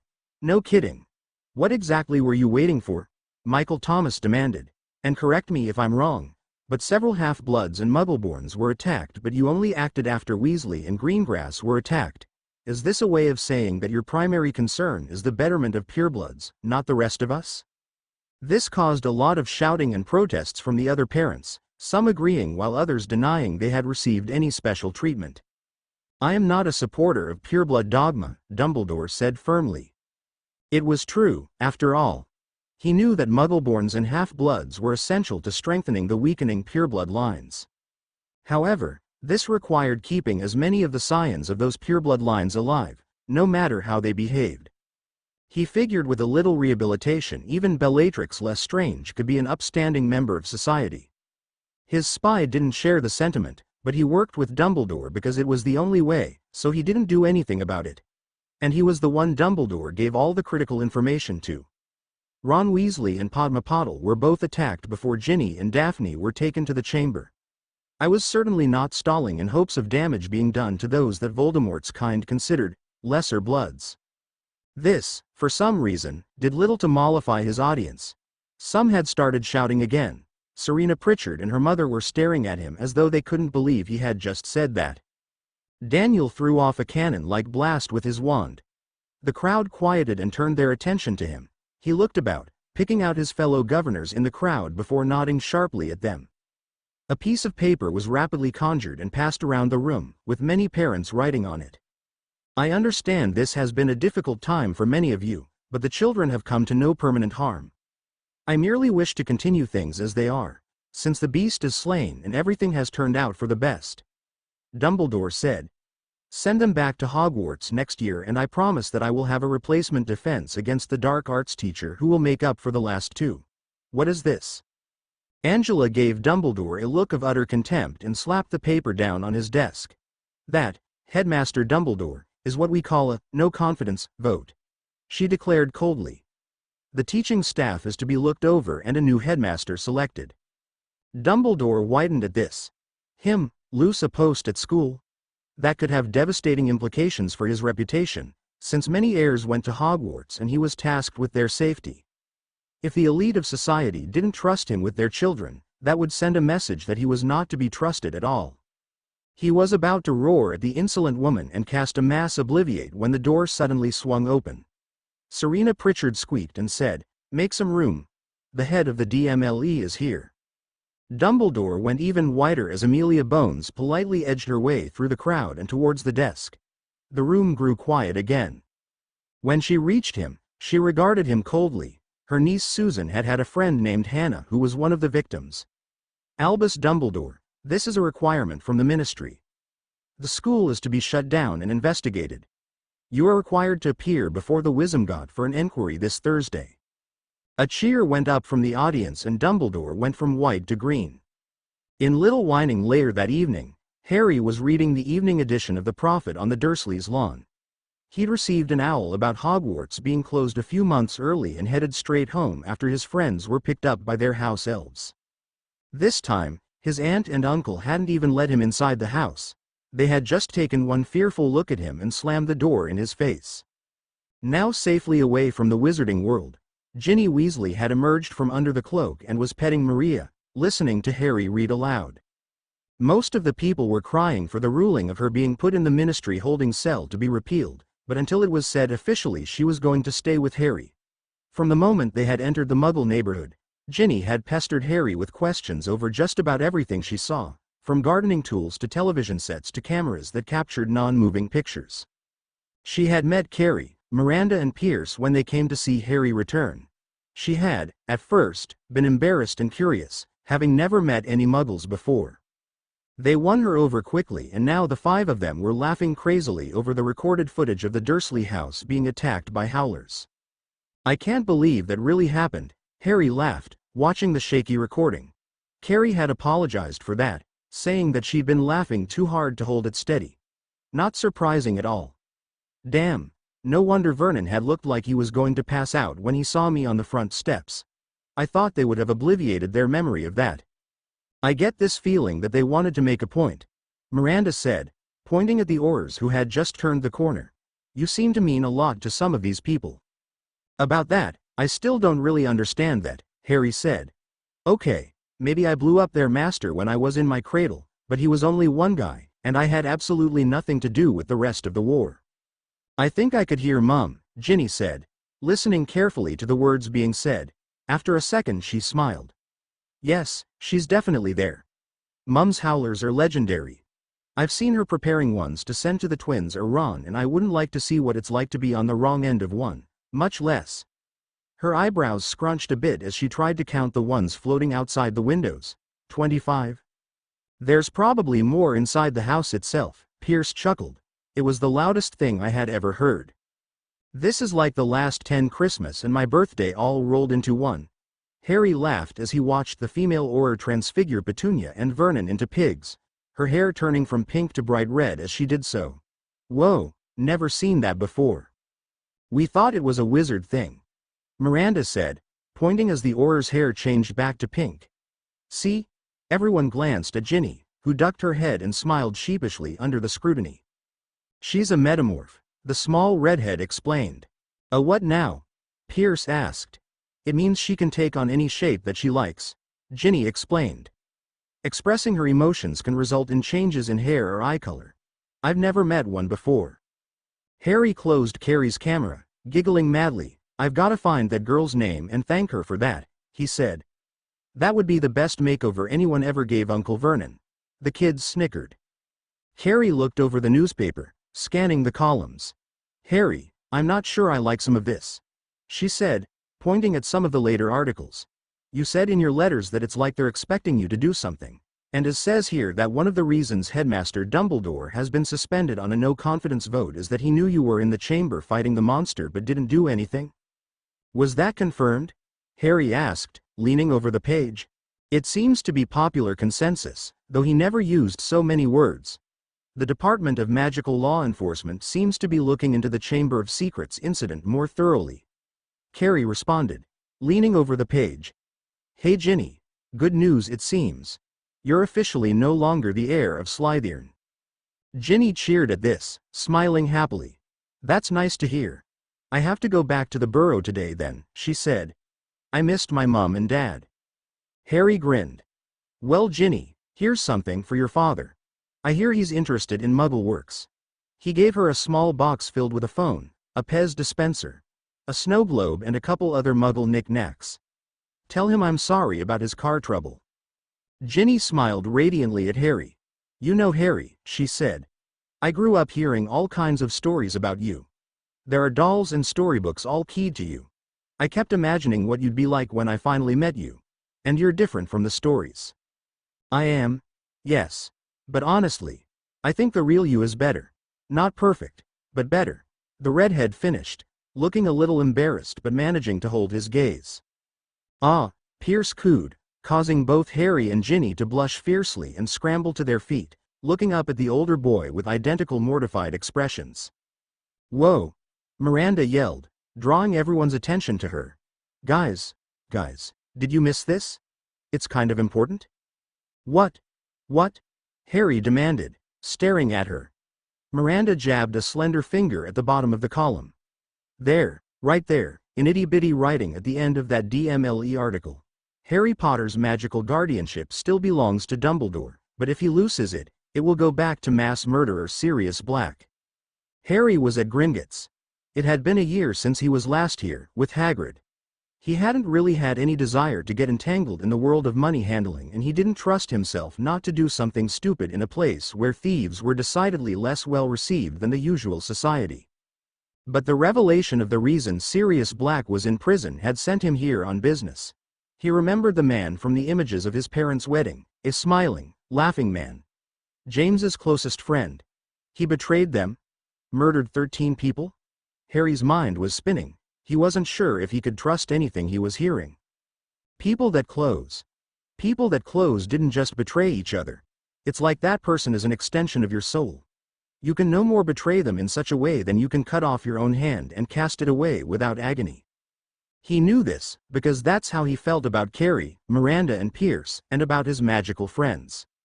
It scared him, how much he cared for them, what he was willing to do for them, what he knew he was willing to do. He was so used to disappointment, to the dark cupboard, to being lost and lonely. He was reckless because he had nothing to lose. And now he did, and that, more than the idea that the man who killed his parents was still out there, more than the thought that the headmaster wanted to use him, chilled him down to his very bones. The thought that he could lose any one of them. So he was going to try and fight, to find some way of emancipating himself so he could be free of this potential danger. Even if Sirius was inside Azkaban, he didn't want him having magical guardianship over him, for no jail was infallible. Now he just had to hope that there was a way to pull this off. Harry raked his fingers through his long black hair, resisting the urge to groan. It really said something about the wizarding world, he thought ruefully, that a 12-year-old boy had to do his own banking. He wasn't sure what to expect when he got into his vaults. He had a vague idea of what was inside them, but nothing else. It wasn't as though he was going to go in and discover he was King Arthur's heir or some such nonsense and all his problems would be magically solved. But hopefully his birth family would have left behind something that could help him out. As he walked through the huge doors into the building, Harry desperately wished Carrie or Pierce could have come in with him. Miranda should steer clear of this establishment for her own safety, because having sharp-toothed creatures his own height watching him menacingly every step he took got off-putting very fast. "Thank you for coming, last scion of the Potter and Black House," Griphook said. "Thank you, sir." Harry blinked. "I'm sorry. Did you just say the Potter and Black House?" "Yes," Griphook said. "Your godfather Sirius Black had come to Gringotts soon after you were born to confirm his guardianship. He told us, with James and Lily by his side, that if anything happened to him he would take you in as his own son, and his house will be your protection." "I heard that Sirius Black is my godfather," Harry said cautiously, "but I also heard that he was a mass murderer." Griphook looked disapproving, but nodded. However, these wills were written ironclad before he was accused, because he didn't want Narcissa Black financing the Dark Lord with it, so it's yours now. Harry Potter Black thought about this for a moment and asked, "Can I see my parents' will? I want to understand exactly what's left for me." "Absolutely." Griphook disappeared into a back room and then returned with a long scroll. He handed it to Harry, who opened it up and looked down at it. "This is the last will and testament of James Potter and Lily Evans Potter. To Sirius Black, we leave custody of our only son and one nunt, as we agreed. To Peter Pettigrew, our real secret keeper, we leave 1,000 galleons. Good luck healing your mother. To Alice and Frank Longbottom, we leave you a vacation home in the Bahamas. Thank you for all the years of your friendship and take care of Neville. To Remus Lupin, we leave you Vault 15, and if Sirius cannot take care of Harry we would like you to. Despite your furry little problem. You're one of the kindest, most genuine people we've ever met. Take care of yourself. To Severus Snape, we leave the East Library. Sny Severus, I was a git to you when we were younger, and that's my old shame. I'm sorry about that. Please watch over our son when he goes to get his education. To our son Harry, we leave the rest of our estate, including all money, properties and titles. We love you dearly Harry and we're sorry if we didn't get to see you grow. In case anything goes wrong, we're letting you know now that Peter was our secret keeper, not Sirius. Your father thought it would be an excellent prank. Also, if we die, you are not to go to my sister Petunia Dursley and her husband. Okay. You'd be better off with Remus on a full moon than with those people. Harry, we're sorry that you're having house restoration dumped on you, but it's something that activates when our houses are as diminished as ours. It may be off-putting, but I think that you'll find it's not so bad in the long run. I hope it won't bother you too much. Now, I'm sure you're perfectly capable of choosing your own girls. We're certainly not infringing on that. But here are some houses that are either light or neutral, which would be safer bets for you than others. Even without Voldemort, enemies lurk in shadows waiting for an opportunity to strike. House Bones, House Greengrass, House Davis, House Rushman. House Weasley, House Jones, House Moon. Harry, this is serious. Ow, stupid voice dictating quills. As your godfather, I am making you my heir as well. Don't let my lovely cousins get you down, okay? Be the best morator since your father's time. With any luck, I'll be there to see it happen. Good luck. Your loving family Lily and James Potter, witnessed by Sirius Black. Harry stared at the parchment for a long second, before repeating, house restoration? In a bewildered, nervous voice.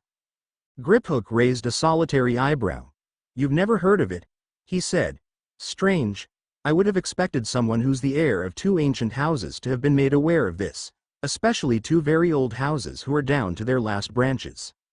I admit, I have no idea what it is," Harry responded cautiously. "Would you be so kind as to tell me about it?" Griphook looked somewhat disbelieving, but launched into an explanation nonetheless. House restoration is something that occurs when an ancient and most noble house is down to two heirs or less. It's one of the oldest traditions in existence. If my memory serves me, it was installed by the children of the founders. When a house is down to two heirs in all its branches, these heirs are allowed to have more than one bride. It is encouraged that you marry young, and to have at least 5 ladies, actually. Harry's jaw dropped open. Wives? He stammered at last, his 12-year-old brain nearly breaking down as he attempted to process this. More than one wife? Griphook nodded, giving a curious expression that was probably the closest thing a goblin had to an amused smirk. "That is the essence of it, yes." Harry leaned back in his chair, mind spinning. 5 ladies. Counting all his female friends, that still wasn't quite the quota. He could hardly comprehend having a girlfriend, much less one wife, much less 5. Even as he accepted a list of properties to review, his brain was still stuck on that, and then he realized something. He tapped a finger against the name Peter Pettigrew. "Sir, what's this? It says here that Pettigrew is the real secret keeper. I don't understand, everyone's saying it's Sirius Black." The goblin scowled. "Have you ever heard of misdirection, Herr Potter? That was the intention of your parents when they switched secret keepers." It took a second for the full implications of this statement to sink in, regarding both Pettigrew and Black. Pettigrew gave up his mother and father, and then fled when Sirius found him. Taken to a busy street, where he needed to cause a commotion to get away. So he blows it up. The reasoning gave him a bolt of wild energy and Harry jumped to his feet. "Wait, that means Sirius was wrongly incarcerated." "Lower your voice," the goblin said. "And yes, he was. Black's innocence has been long known among the goblins, but wizards aren't going to take our opinion at face value and the physical evidence is against Black. Something I will tell you is that Pettigrew's vault is still active." That means he's still alive, Harry thought, his mind racing. In all of the pictures, there had been something slightly off to Pettigrew, like he was deeply unhappy. Should have at least suspected. Harry shook his head. "Thank you, sir. I'll need a little blood to confirm that you're an heir to the Black estates now." Harry went through the tests, grabbed his coat and then hurried back outside, his mind spinning. There was a lot for him to consider and work out. Harry was headed back to Privet Drive with the news and was completely flummoxed to see both Astoria and Ginny standing on the steps, waiting for him. He had figured that they had gone home at this point. Daphne was also conspicuous in her absence, but more likely than not her parents had insisted she go to St. Muggo's after her experience in the chamber for a checkup. Both girls were looking homicidal, so whatever it wasn't good. Harry skidded to a halt in front of them, looking between them. They looked quite pretty in Muggle clothes, and the memory of house restoration passed in front of him. He rapidly banished the thought and said, "Ginny, Astoria, I thought you'd be at home." "Well, all right. There is some stuff I've got to tell you." Astoria grabbed Harry's hand and squeezed it hard. "So do we. Lucius Malfoy's a Death Eater." "What?" Harry shouted, losing his train of thought at this statement. Ginny nodded vehemently, making a noise like Maria when Dudley had trod on her tail. "He's the one who dropped the book in my cauldron," she explained angrily. "And since that thing contained Riddle's memories, we decided to do our homework. What do you know? Mr. Malfoy worked for you-know-who in his time. That's why he holds his forearm whenever the man is mentioned," Astoria ground out. "I should have known. I've read about the First War against Voldemort and his name was mentioned several times. To think I never made the connection. Why isn't he in Azkaban, then?" "Oh, that's easy. He just put on a big production of horror, cried some fake tears, claimed he was under the Imperious curse and lined a few pockets." Astoria snapped her fingers. "And there, he was out of jail without so much as a slap on the wrist." "He's not the only one," Harry said darkly, when both Ginny and Astoria looked at him oddly and with some concern. "Come on, there's something I have to tell you." He walked down the alleyway with the girls right behind him, headed for the park. What he didn't realize was that Arabella Figg, his caretaker and spy for Dumbledore, had heard this entire conversation and opted to follow them. She'd heard the name Malfoy and knew that he was of importance to Dumbledore's plan. She grabbed an umbrella and chased after them, being careful that she wasn't spotted. Sirius Black is innocent. If Astoria had been angry before, it was nothing like now. Her green eyes were alive with righteous fury at this piece of information. Innocent. This is madness. He wasn't even given a bloody trial before because, oh, the evidence was against him. Now he's spent 12 years suffering in Azkaban for something he didn't do. How is that justice? Harry nodded darkly. I'm just wondering why Dumbledore didn't intervene and give him a trial. As Supreme Mugwump of the International Confederacy of Wizards, it would have been easy for him to overrule Barty Crouch. You're not the only one, Ginny admitted. After what happened to me in the chamber, my parents are starting to wonder if Dumbledore really has our best interests in mind. He never explains why he does anything to others, not really anyway. Astoria gave an unladylike snort. So he's got an information withholding complex. Fantastic. There was a crack, and then Daphne appeared in front of the park bench they were sitting on. She thanked the house elf that had brought her here and hugged her sister. Astoria, I was so worried. Do you know that Malfoy's a Death Eater? The senior Malfoy? Yes, just figured it out this morning. There's more. Sirius Black is innocent. What? Daphne shrieked furiously. How'd that happen? This is what happens when people don't get trials, Harry said stiffly, and in this case, when people's wills aren't read carefully. I went to Gringotts this morning and found out that my parents had the switch of secret keepers written in their will. So unless it was never read, I don't see why my godfather is still in prison. Ginny whitened. Oh Merlin, that poor man. She had narrowly dodged a stay in Azkaban herself, and the mere thought of going there had filled her with terror. Daphne clenched her fist and sat down next to her sister. Convicted Death Eaters walk free while innocent men get tossed in prison. And not just any Death Eater, an extremely rich one, so he can finance you-know-who or the next Dark Lord should either of whom appear. Nice handling of that, Crouch, she said spitefully. There was a period of silence as the children fumed over the injustice done. Any word on what's happening to Dumbledore? Harry asked eventually. He's been suspended as headmaster, Daphne recalled. Professor McGonagall will be taking his place. That's nice, Harry muttered.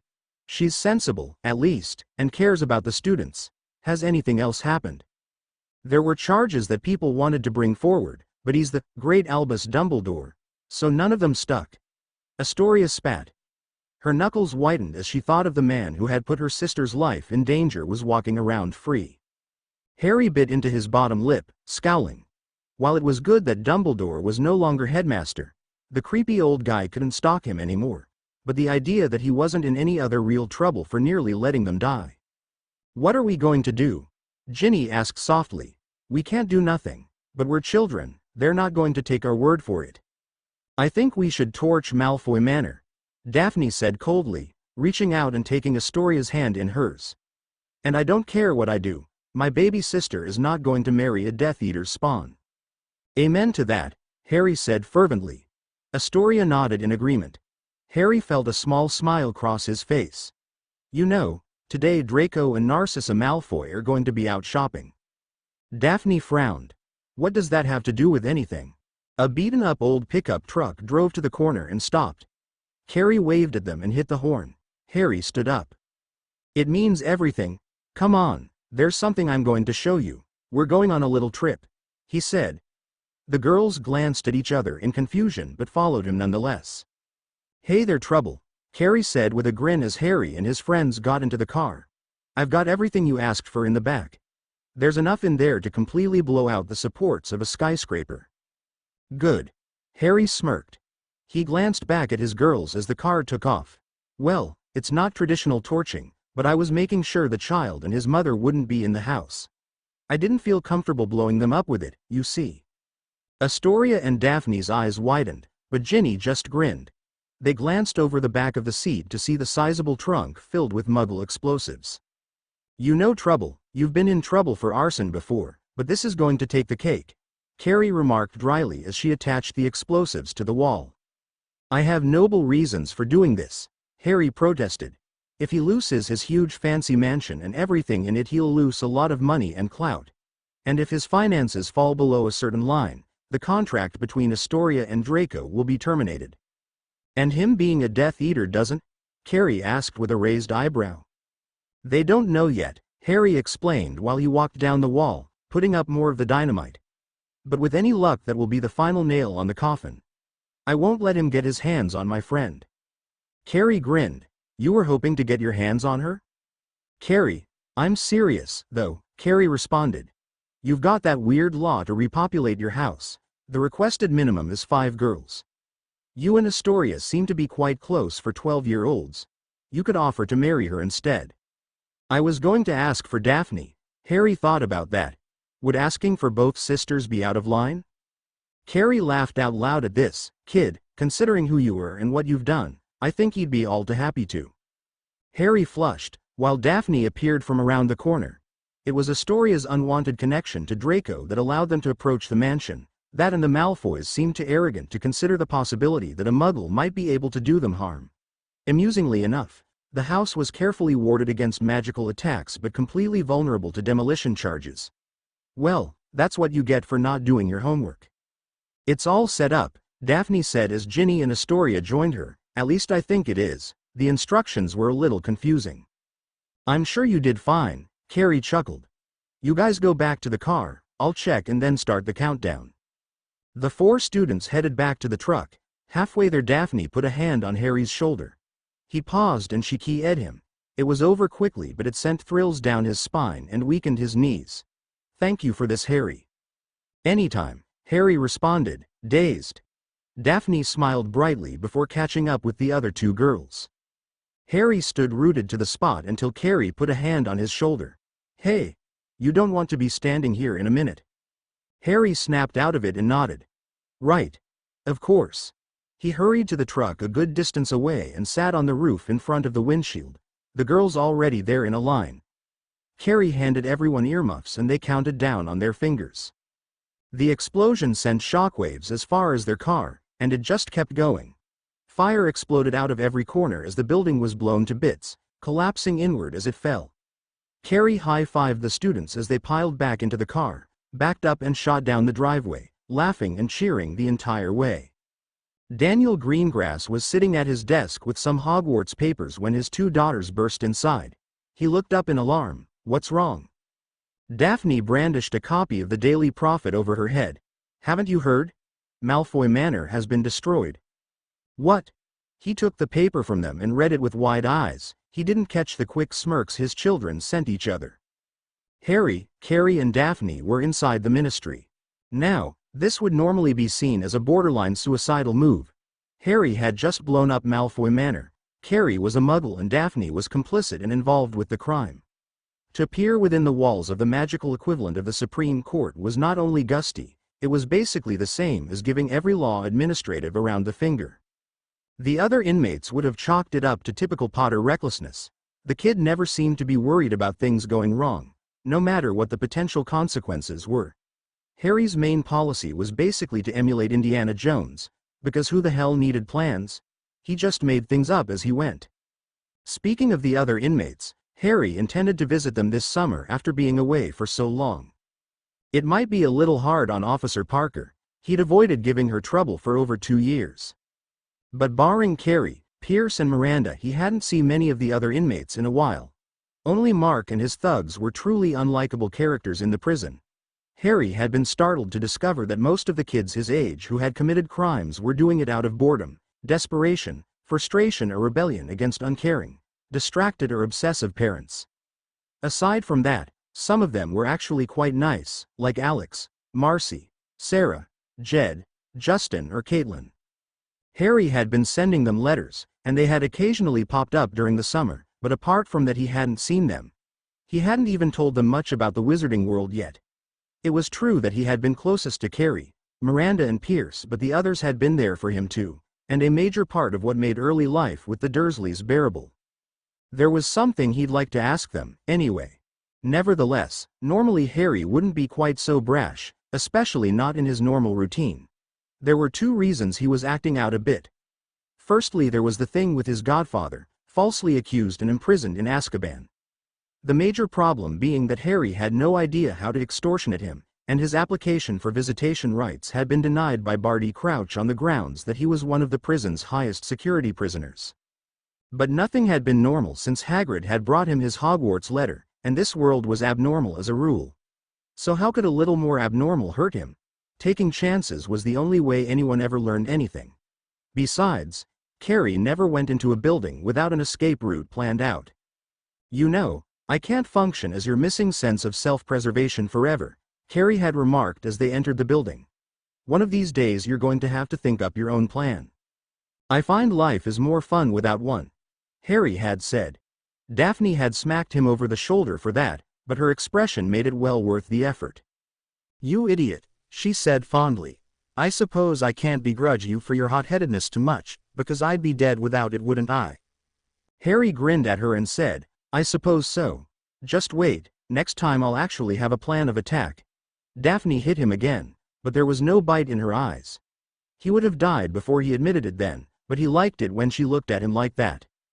Carrie was right in that this probably wasn't the smartest idea he'd ever come up with. However, the show was just too perfect to pass up. Turns out that them blowing up Malfoy Manor bore unexpected fruit. It was Pierce who came up with the idea. Normally he was the calmest of the four delinquents, but he did have a nasty side. After they had blown up the manor, they had overlooked their handiwork to find that there was a cup that hadn't been destroyed. Touching it made Harry's head hurt.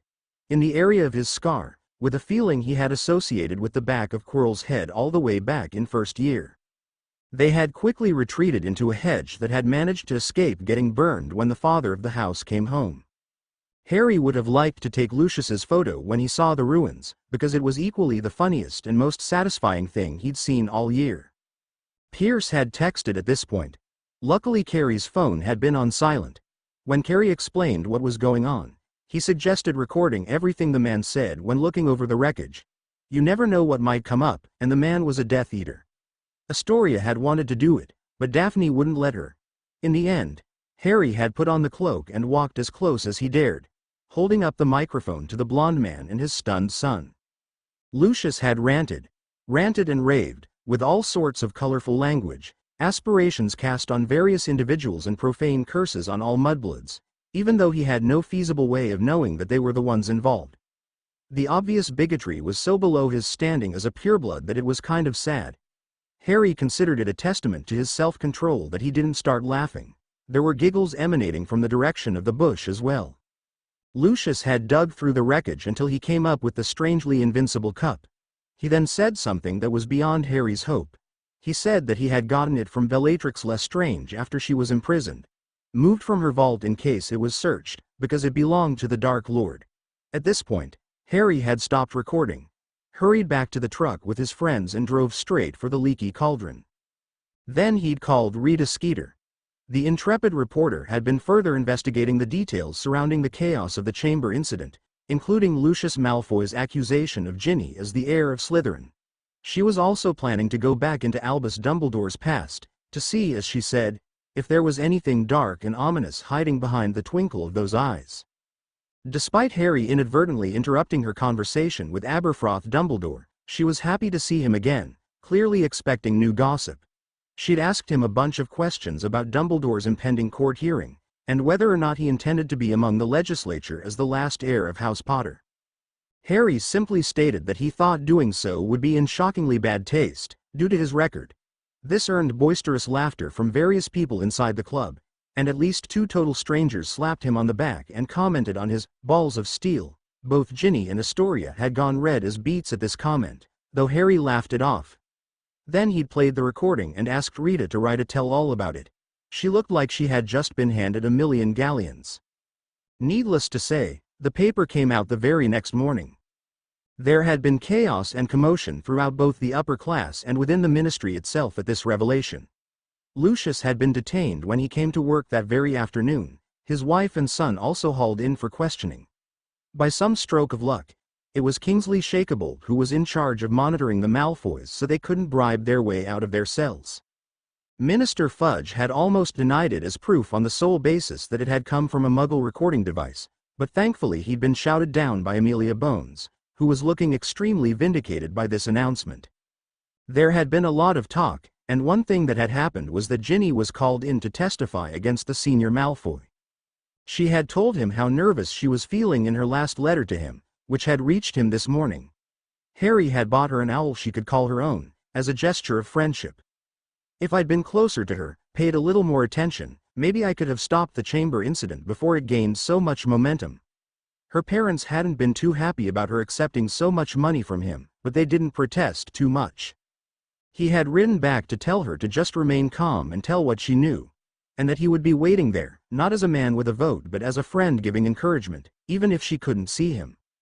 When Ginny received this letter, she smiled to herself, because she knew he was referring to the invisibility cloak.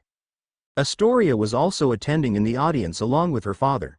Daphne had declined to come simply because she wasn't sure if Lucius could read minds the way their former headmaster supposedly could, and she didn't want to risk, however small, anyone finding out what they had done last night. So Harry, Carrie and Daphne were all sitting on 3 unused seats at the highest benches within the Ministry building. Lucius Malfoy was sitting chained to the chair in the middle, looking furious but also sweating a bit. Ginny was standing at the front of the witness line, looking nervous but determined. Harry spotted his classmate Neville Longbottom in the guest stand as well, looking like he wanted to be just about anywhere else. A second later he figured out why. Neville's much-feared grandmother was sitting in the Ministry stands as one of the senior members. To his surprise, he also recognized Ginny's dorm mate Megan Rushman in the crowd as well. Well, she was a pureblood, he mused. Ginny's family was all in the guest area, looking at Lucius with expressions that could kill a dozen men. Astoria was practically hanging over the bar while her parents looked at the scene in front of them with shock and deep thought. It was no mystery to Daphne, or any of their friends for that matter, that she was hoping that this would be the thing that terminated her arranged marriage to Draco. Harry couldn't see it working out any other way unless Daniel Greengrass was mental enough to have his daughter marry a Death Eater, and the man didn't strike him as the mental type. Amelia Bones emerged and banged her gravel on the desk. Order in the court. It's starting, Carrie hissed. She pulled out a bag of popcorn.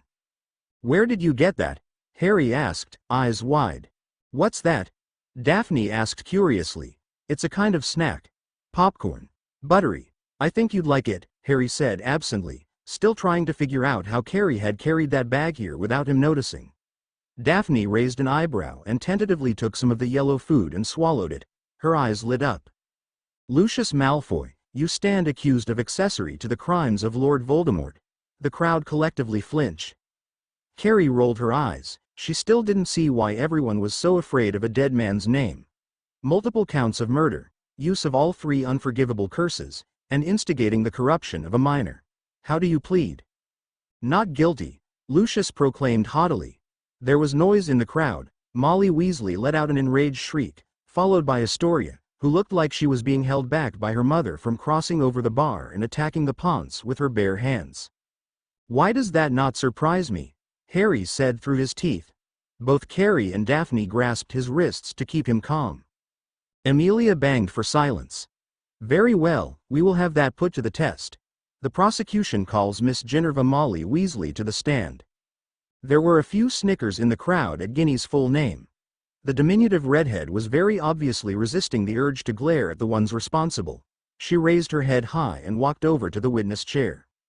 Arthur Weasley, do we have your permission to use a child's dose of Veristrum to verify Ginny's story? Amelia inquired. There was a murmur in the crowd and Lucius paled slightly. He had used his money last time to halt any use of the truth potion, but he had no time for this one. Arthur gave a slight nod. I give my permission. A ministry worker approached Ginny and put a single drop of green liquid into her glass of water. Looking nervous, Ginny gulped it down, shuddered a bit and then nodded obediently at the interrogator. Ginny Weasley, can you tell us the nature of the item that possessed you? It looked like an ordinary diary at first glance, but there was nothing written in it. When I started to write in it, the ink would disappear. A second later, it would come back but it had formed different words, Ginny said. It introduced itself to me as Tom Marvolo Riddle, and he said that he had been a 6th-year Hogwarts student. What kind of correspondence did you have? Well, at first he was very nice to me, very understanding. I trusted him, I felt compelled to tell him about things that were bothering me, especially after I was sorted into Slytherin. But after a little he started getting more and more aggressive. He told me to identify every half-blood or Muggle-born student that I knew. I started blacking out in the hallways and waking up in a different part of the school, not knowing how I got there. One time I woke up and there was blood all over my hands. Tom had possessed me and forced me to kill all of Hagrid's chickens to write the messages on the wall. I was terrified. I tried to tell my friends, my prefects, anyone what was going on, but the words wouldn't come out of my mouth. I tried to stop writing in it, but my hand started moving against my will. Eventually it went dark and cold for so long I thought I was dead. But then I woke up in the chamber with Daphne and Harry and Astoria and Tracy. Ginny's shoulders were shaking. It was obvious the experience still haunted her, and retelling it to a huge audience was not easy for her. People smiled encouragingly at the little victim, so that she might get some justice done. Did you make the connection between Tom Riddle and he who must not be named before he took you to the chamber? No ma'am, he never directly said it to me. He told Harry and the others about it when he was gloating about what he had done in the chamber.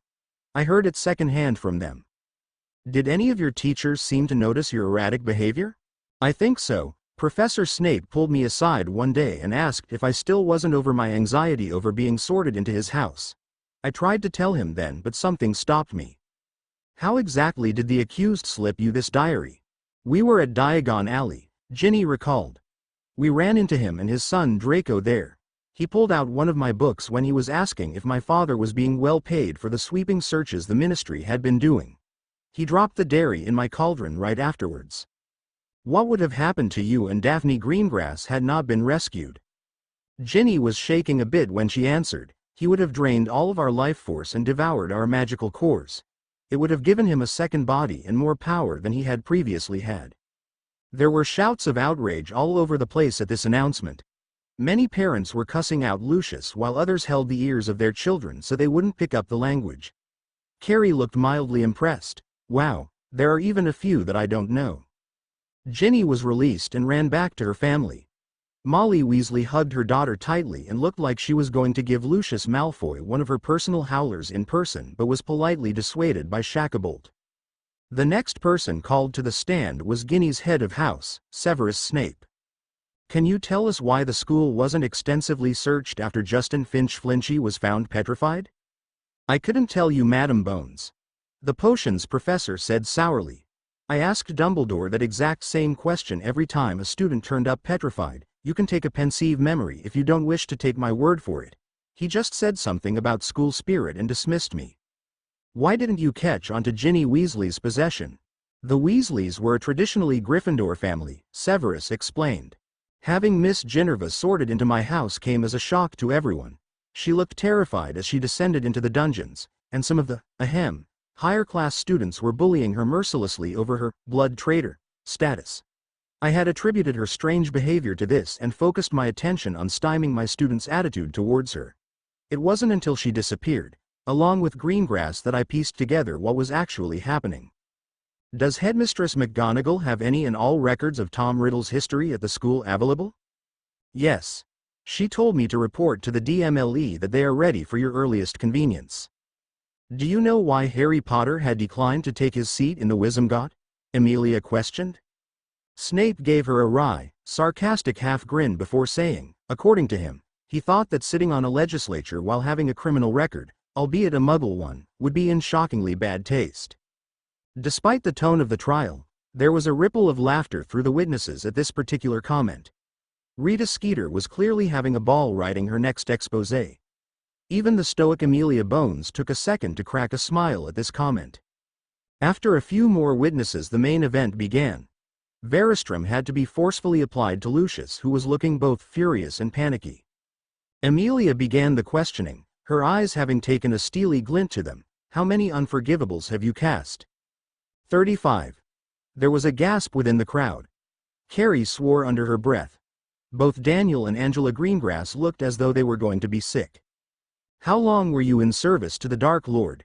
Ever since my 7th year at Hogwarts. I was a spy at first, and then joined officially after I graduated. Have you taken the Dark Mark? Has your wife taken the Dark Mark? Your son? I have taken the mark. Narcissa refused it. She was raised under pureblood ideals, but she was horrified by the lengths my master was willing to go. I have raised Draco under my dogma, and he will take the mark as soon as he is old enough. Lucius ground out, clearly trying to fight the truth potion but failing. You planted the diary on Ginny Weasley knowing what it was and what it was meant to do. Yes. Tell us the exact nature of the diary and the cup retrieved from the destruction of your manor. There was a long, painful pause. Lucius Malfoy's expression had become one of pure terror. He tried to lock his jaw, but the word came out anyway: Horcruxes. And then his head exploded. Harry jerked back in his seat. Daphne's heart flew over her mouth. Screams erupted within the crowd. People scrambled backwards to get as far away from the body as possible. Amelia was shouting and orders were pouring into the room. Both Ginny and Astoria were gripping the iron bars and staring at the gory scene in front of them with a hard, unreadable expression that belied their ages. What the hell was that? Carrie gasped. Even for a hardened delinquent, she looked shaken. Harry was equally stunned and sickened by what had just happened. For the first time in a long time he had absolutely nothing to say. I think, Daphne whispered, her face turning the same shade of green that it had when she had seen Fluffy rip of a troll's head. That was a punishment for revealing one of the Dark Lord's secrets. Let's go, Carrie hissed. Security's going to be crawling all over this place. We better be scarce. Yes, Daphne said. There's something I want to talk to my father about. Daniel Greengrass was not having a good day. He nearly stumbled as he and the rest of the guests were politely evacuated from the ministry in case there were any other explosive curses attached to the body of Lucius Malfoy. His wife had gone deathly pale and was clutching his arm like a lifeline. His younger daughter walked out in front of him when they were on the streets and raised her passionate green eyes. Dad, she said, to quote a Muggle phrase, I hate to say, I told you so, but, I told you so. Daniel stared down at his precious baby girl for a moment before sweeping her up in a tight embrace. Oh, Astoria. I've been a fool. I nearly trusted a Death Eater with the future. I nearly trusted him with you. I'm so sorry. Will you forgive me? Of course, Daddy. Astoria's voice was muffled slightly against his shirt. Angela tapped him on the shoulder and she told her daughter and hugged her as well. Father, Mother, Astoria. Daphne ran up the street, breathless. I heard what happened inside the ministry. Are you all right? We are fine, Angela said slightly shakily, but we have a marriage contract to terminate. We're headed straight for Gringotts. I know, Mother. Daphne stood in front of them, her eyes shining with absolute certainty. There's something else I want to do while I'm there, something very important to me. I've thought it over very carefully. You've told me earlier this month that I owe a life debt to Harry, and I've decided exactly how I'm going to repay it. Make me Daphne Potter.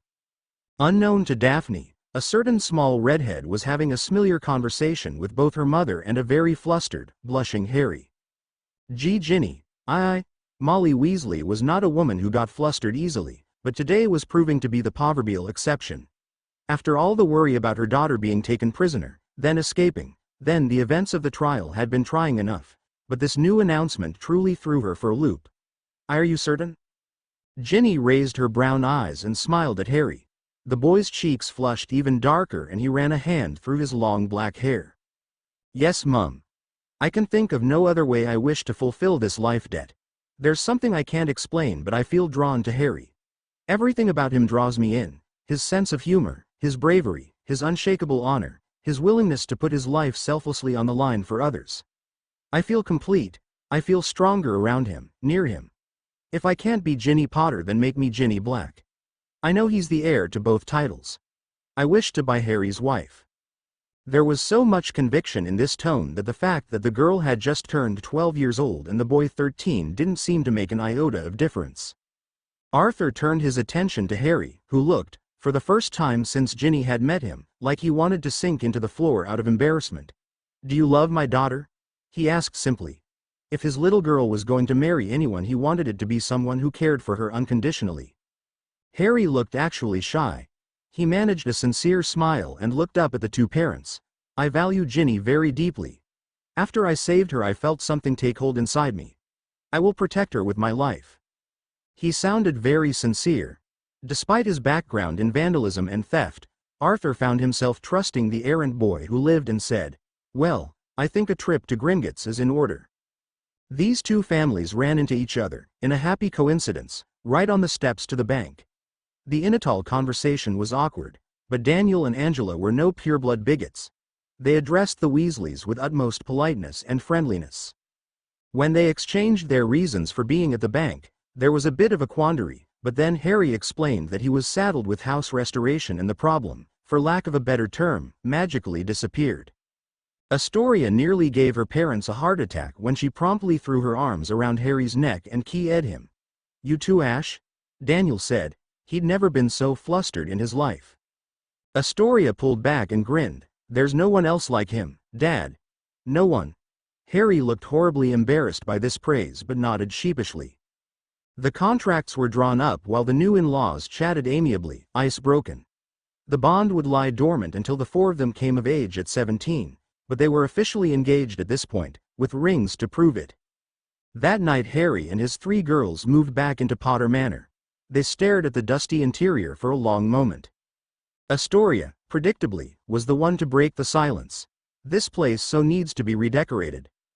"Agreed," Harry said. He let out his breath, "but right now I really need some sleep." "Hey Alex." "Wha?" "Harry. Do you have any idea what time it is?" "Yeah. Sorry, but I needed to talk to you as soon as possible." "Hey, be quiet. What are you doing? You do realize that if my dad catches me talking to another boy after last year—" "Alex, shush. Listen. I have a place where you can hide." "Seriously? You're not messing with me?" "I'm serious, Alex. But I also need some help. I called some of our other friends from our cell block, and they're going to be here today too.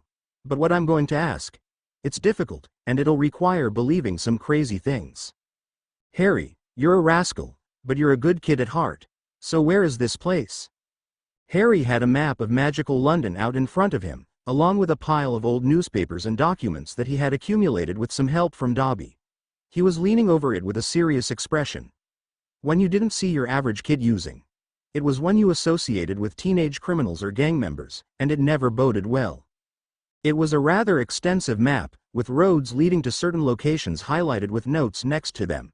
There were words all over the map, in fact, shaped like they were directions or plans. There were many red markings on it. Things were circled. Manors. Shops. Dens.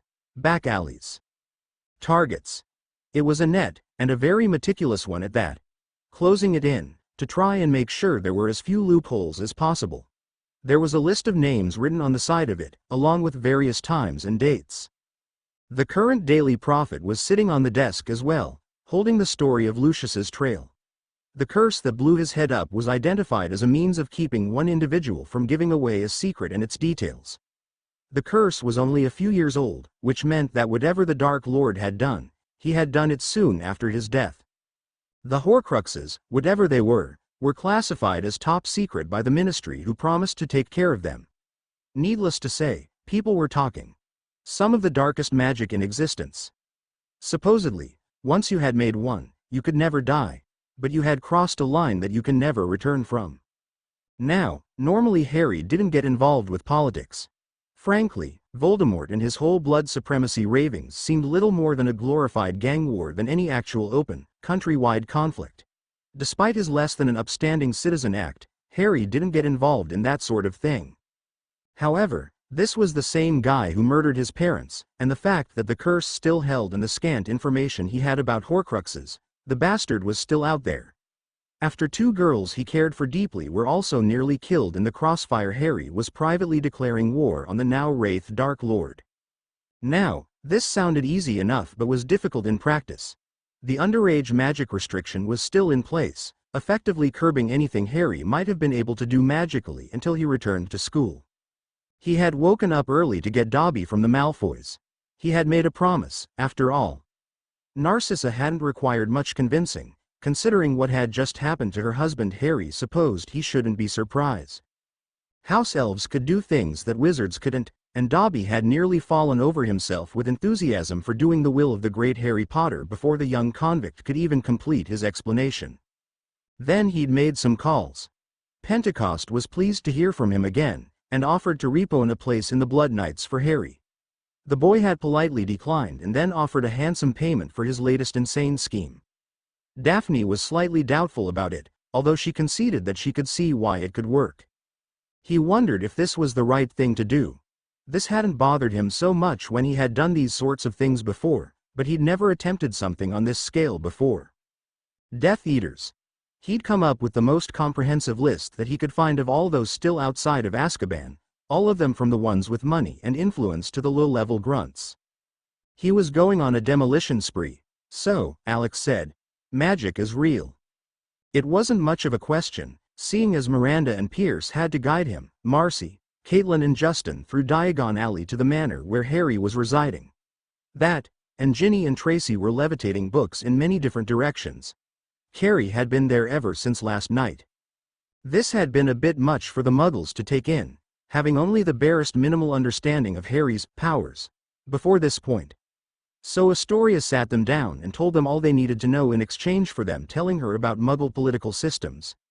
Tracy came over at some point, her father having filed a marriage contract, and the conversion promptly shifted from politics to how plane engines worked. It was a weird lunch. After that, Harry sat them all down in the war conference room, yes, it was called that, and carefully explained his utterly insane master plan to them. Alex had been mortified at what the younger kid had in mind and wondered if magic affected your sanity to any degree. All four female witches scowled at him. Justin and Caitlin, on the other hand, looked like they had just been given the last 5 Christmases and their birthdays, too, all at once.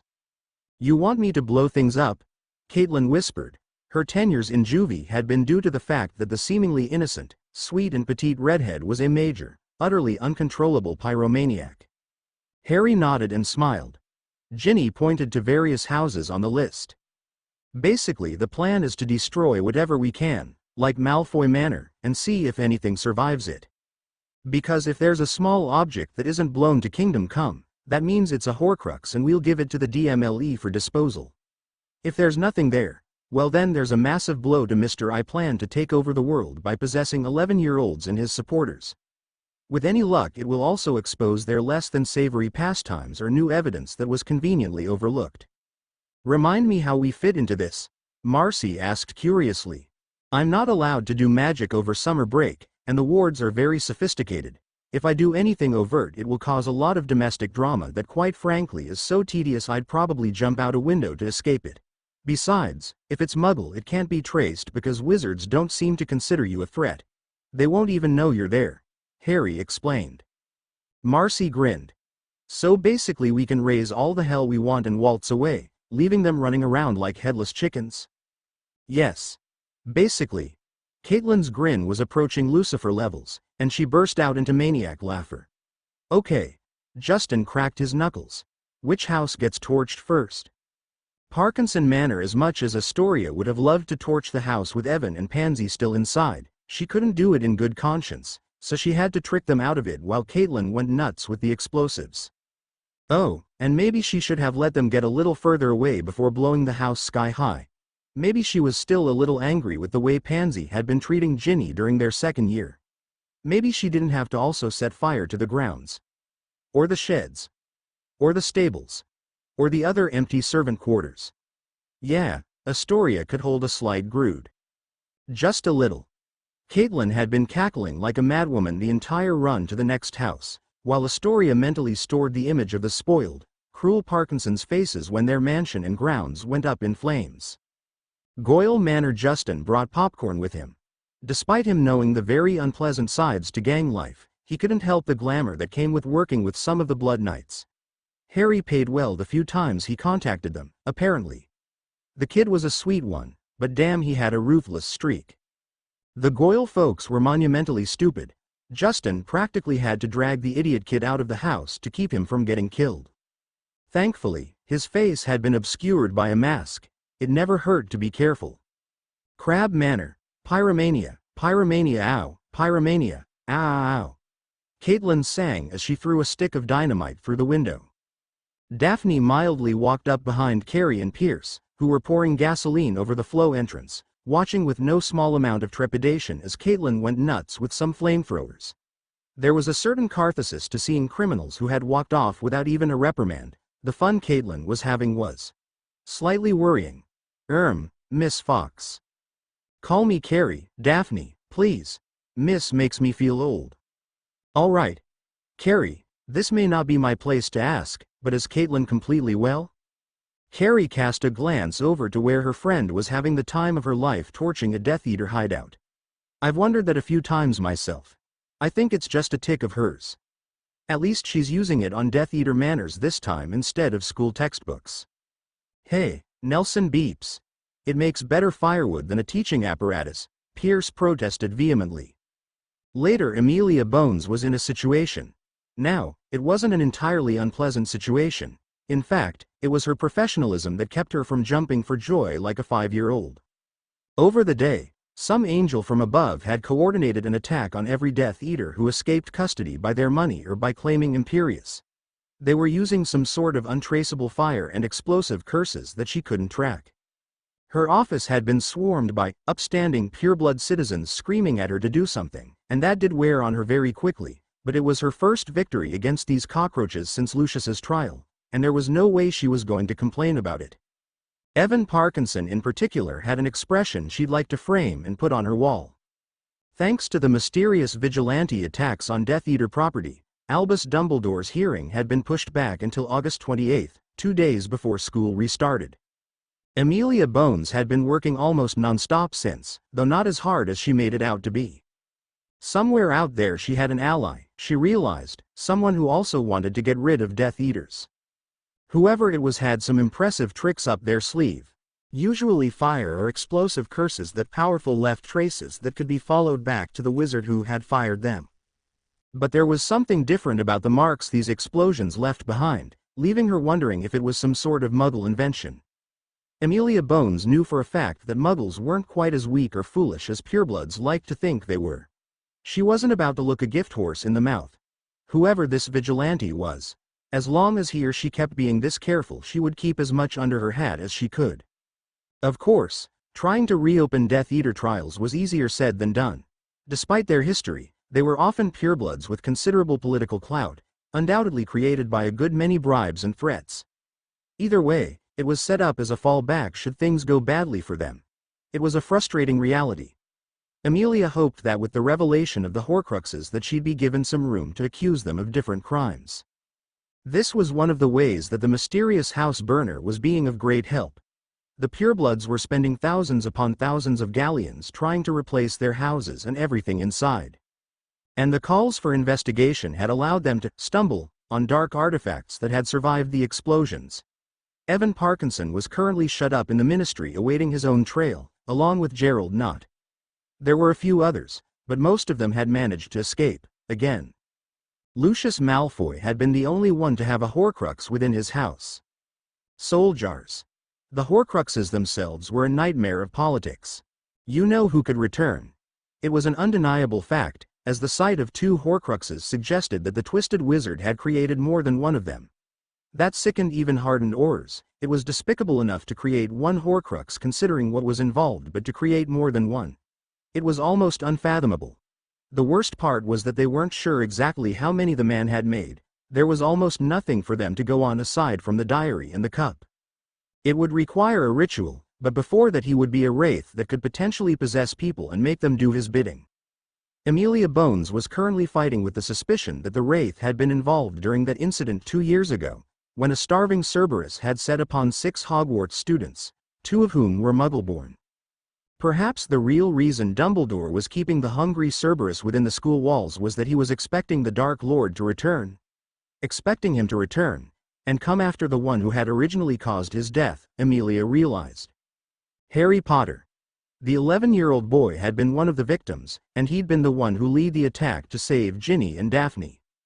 Amelia had been at this job for a while and she didn't believe in coincidences. If Voldemort was still around, he was actively targeting the boy. Then did Dumbledore know about it?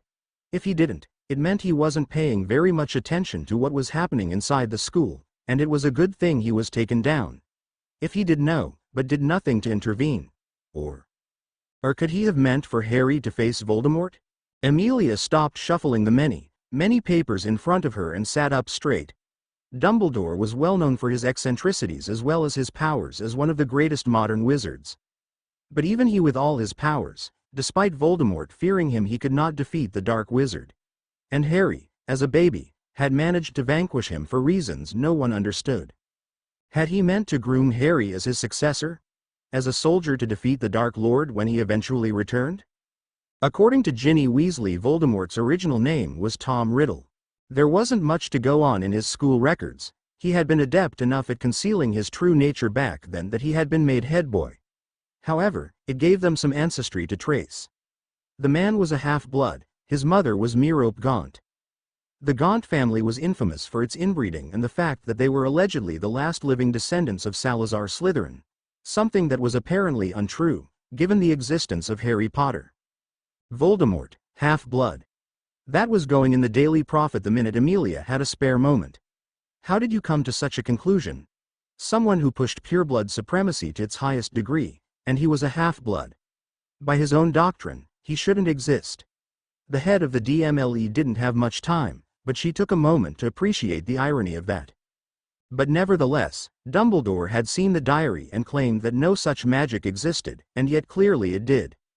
Not only did this mean he had sent a little girl to jail over something he knew she hadn't done, but it meant he was withholding dangerous information that would be vital to the defeat of Voldemort should he use them to return. They wouldn't be able to destroy him without destroying his anchors, and no one really knew where they were. Amelia considered this.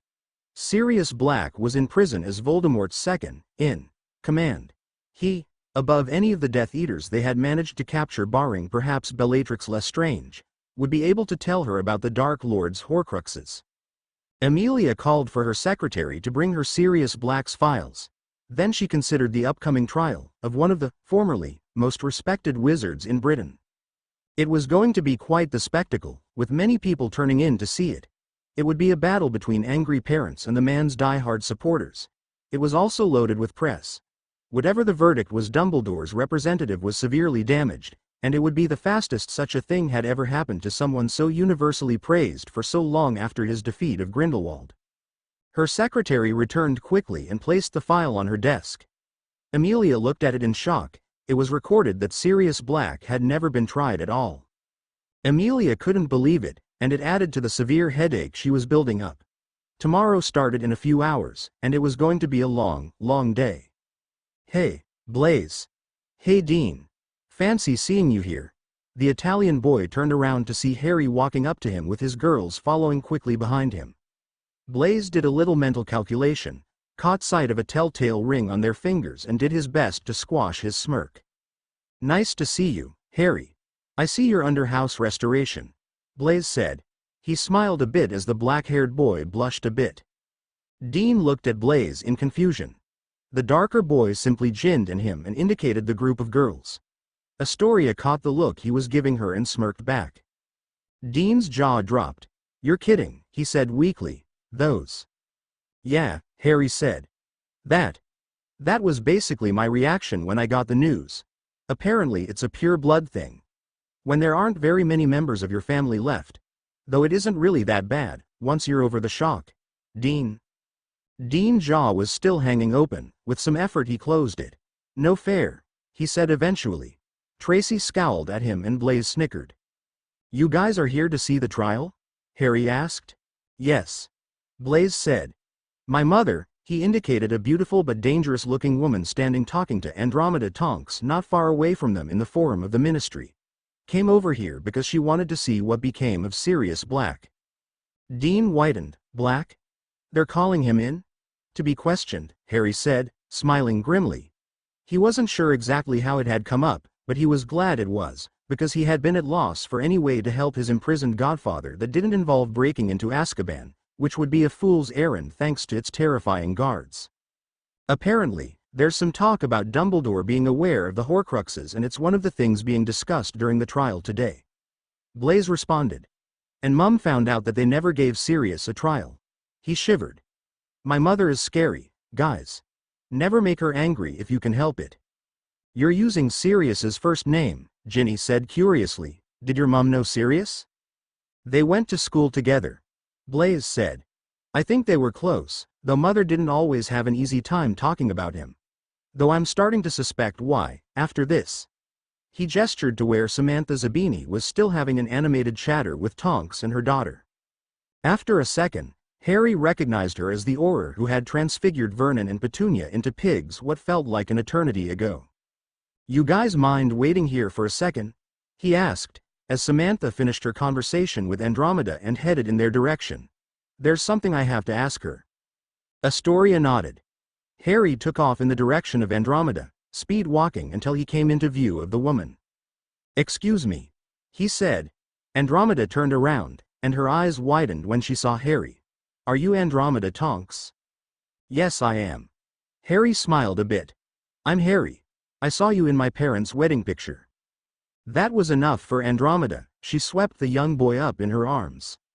She had wanted to take care of Harry, but Dumbledore had blocked her, saying that he'd be safer where he had sent him. Very safe indeed. Andy had read the article where Harry had said that those muggles mistreated him to the point where he took refuge in a child's jail. She should have just gone and taken him away when he was little. Damn the consequences. "Yes, I was there. You probably don't remember me, but I was your Auntie Andy," she said sadly, trying to control her emotions. "Auntie Andy," Harry repeated, smiling a bit more, his expressive green eyes wide and happy. "Hi." Andromeda let go of Harry and gently ran her fingers through his dark hair. "You've gotten bigger since I last saw you," she chuckled. "But you're not the only one." She nodded to Tonks. "This is my daughter, Nymphadora." "Tonks." Her daughter broke in. Andy sighed. No matter how many times she said it, Dora never warmed up to her full name. Harry let go of Andromeda and grinned up at Tonks. He hugged her around the middle and said, "Aren't you the Auror who turned my aunt and uncle into pigs?" "That was you, Dora," Andromeda exclaimed. Dora blushed sheepishly and nodded, patting Harry on the back. "Watch her, Harry," she said. "Yeah, that was me. Sorry, but I read the stuff you said about them and I kind of lost my temper." Harry just tossed his head back and laughed at this. "No need to apologize, Tonks. That was the best present I had gotten in ages." "You're here for the trial?" Dora asked. "You haven't taken your seats yet?" "No, I haven't," Harry said.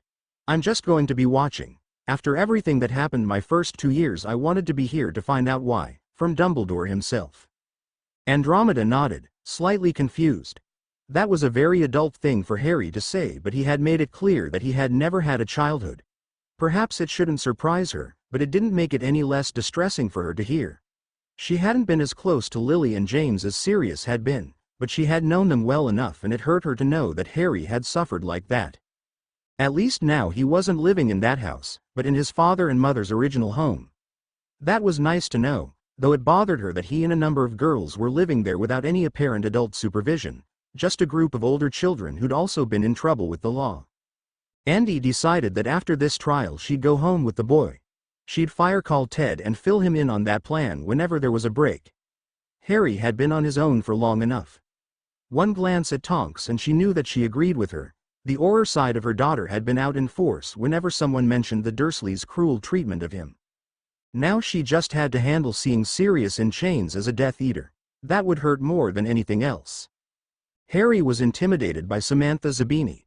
She was tall, beautiful and fierce as a tiger. It showed in her stormy gray eyes. A disapproving look from her could freeze anyone, including him. An impressive feat, considering how flippant and confident he usually was when dealing with older people. So he had absolutely no problem with both Blaise and Ginny sitting between her and him. As Amelia had predicted, the guest rooms were packed to standing order with as many witches and wizards as could get there. There were even more outside the building. There were charms being placed on the room so those outside could keep up with the proceedings. There were lawn chairs and food being passed out. People were expecting it to be a long day. "I really hope he doesn't get off again," Astoria mutters. "If this doesn't work, I'm not sure if anything will." "With a spectacle like this, even if he's acquitted, I don't think it will matter," Tracy said. "No one would trust him again, including high society. It wouldn't be nice, but at least he won't be the man he used to be." Daphne nodded in agreement. "Ginny, will you be testifying again?" The redhead shook her head. "No, I asked about it. I wanted to, but Ms. Bones said that she already had all the information I had already given them at the last trial. I'll be testifying, Harry explained, shocking everyone. You will be? Dean asked immediately. How? The head of DMLE approached me a few minutes before we found our seats. Harry explained. She wanted me to be ready to testify about everything I knew by the end of the trial. Blaze whistled. You're brave, Harry. Regardless of what happened at the school and what information he might have been holding back, a lot of people still think highly of Dumbledore. You might be in trouble with them. Don't worry about it. Hogwarts is generally safe, and after this I'll be port-keying straight home. We'll be as safe as possible. Harry promised. I wouldn't be doing this if I didn't have an escape plan made out. Carrie makes sure of it. Because without her you'd be running headlong into things like the Gryffindor you are, Ginny said with mock disdain. Harry scowled at her, but this stopped when they heard a chuckle come from Blaze's unshakable mother. Samantha smirked in their direction before looking back at the trial room. Blaze looked odd. You made Mum laugh. That never happens. I've made it happen. What, once or twice? I can get her to smile fine, but hardly ever laugh. She's a serious woman, Dean asked. Yeah, has been for a long time. I think she used to laugh more, but not so much anymore. My usual stepdads aren't very nice. Blaze said with a sigh. I wish there was someone eligible who would be able to make Mother laugh and smile all the time. Thank you for that, Blaze, Samantha said mildly. Now that you've got your seats, I have a madman to prosecute. She walked out through the crowd and towards Amelia Bones, who'd clearly been waiting for her. Your mother's a lawyer? Dean said, surprised. It's her day job, Blaze said. Harry detected some evasion in his voice, but didn't push. He didn't want to anger the woman by asking a personal question. Little did Blaze know that the aftermath of this trial would give him and his mother exactly what they wanted. Order in the court. This court is now in session. The excited babbling died down. Albus Dumbledore was standing in the defense's seat, staring at the crowd leaning in their chairs, many desperate to rip into him. Amelia Bones was sitting in the judge's chair. Cornelius Fudge was in the jury seats. Along with many other wizards Albus had once thought were on his side, or at least understood him. They were scowling now. State your full name for the record. Albus Percival Wilfric Brian Dumbledore. The courtroom murmured. Rita had gotten out one of her quills and was clearly waiting for the dam to burst and give her the exposé of her lifetime. The charges are as follows, Barty Crouch read out, withholding vital war information from the Ministry, several counts. Kidnapping, 1 count of Harry James Potter. 1 count, knowingly violating the will of his parents, James Charles Potter and Lily Sarah Potter née Evans, by placing him with one Vernon Dursley and Petunia Dursley née Evans. Child endangerment, 1,600 counts. Accessory to the injury of a child, 15 counts.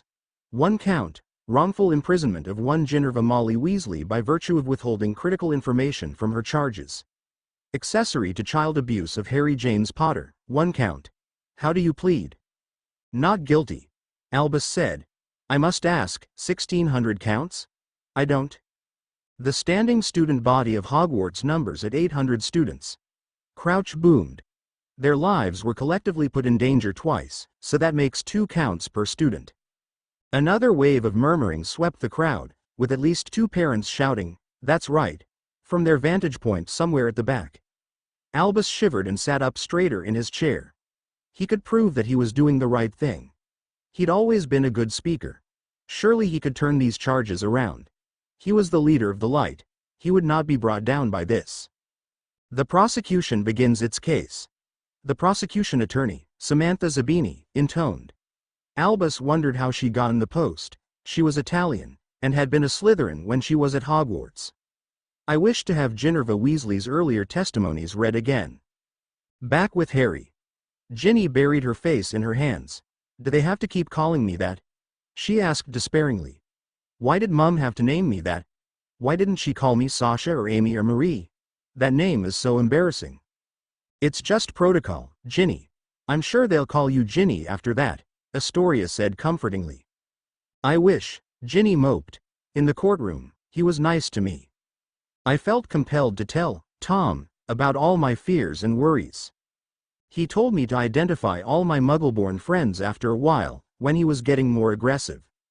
I did so, even though I didn't want to. It was like I was writing things against my will.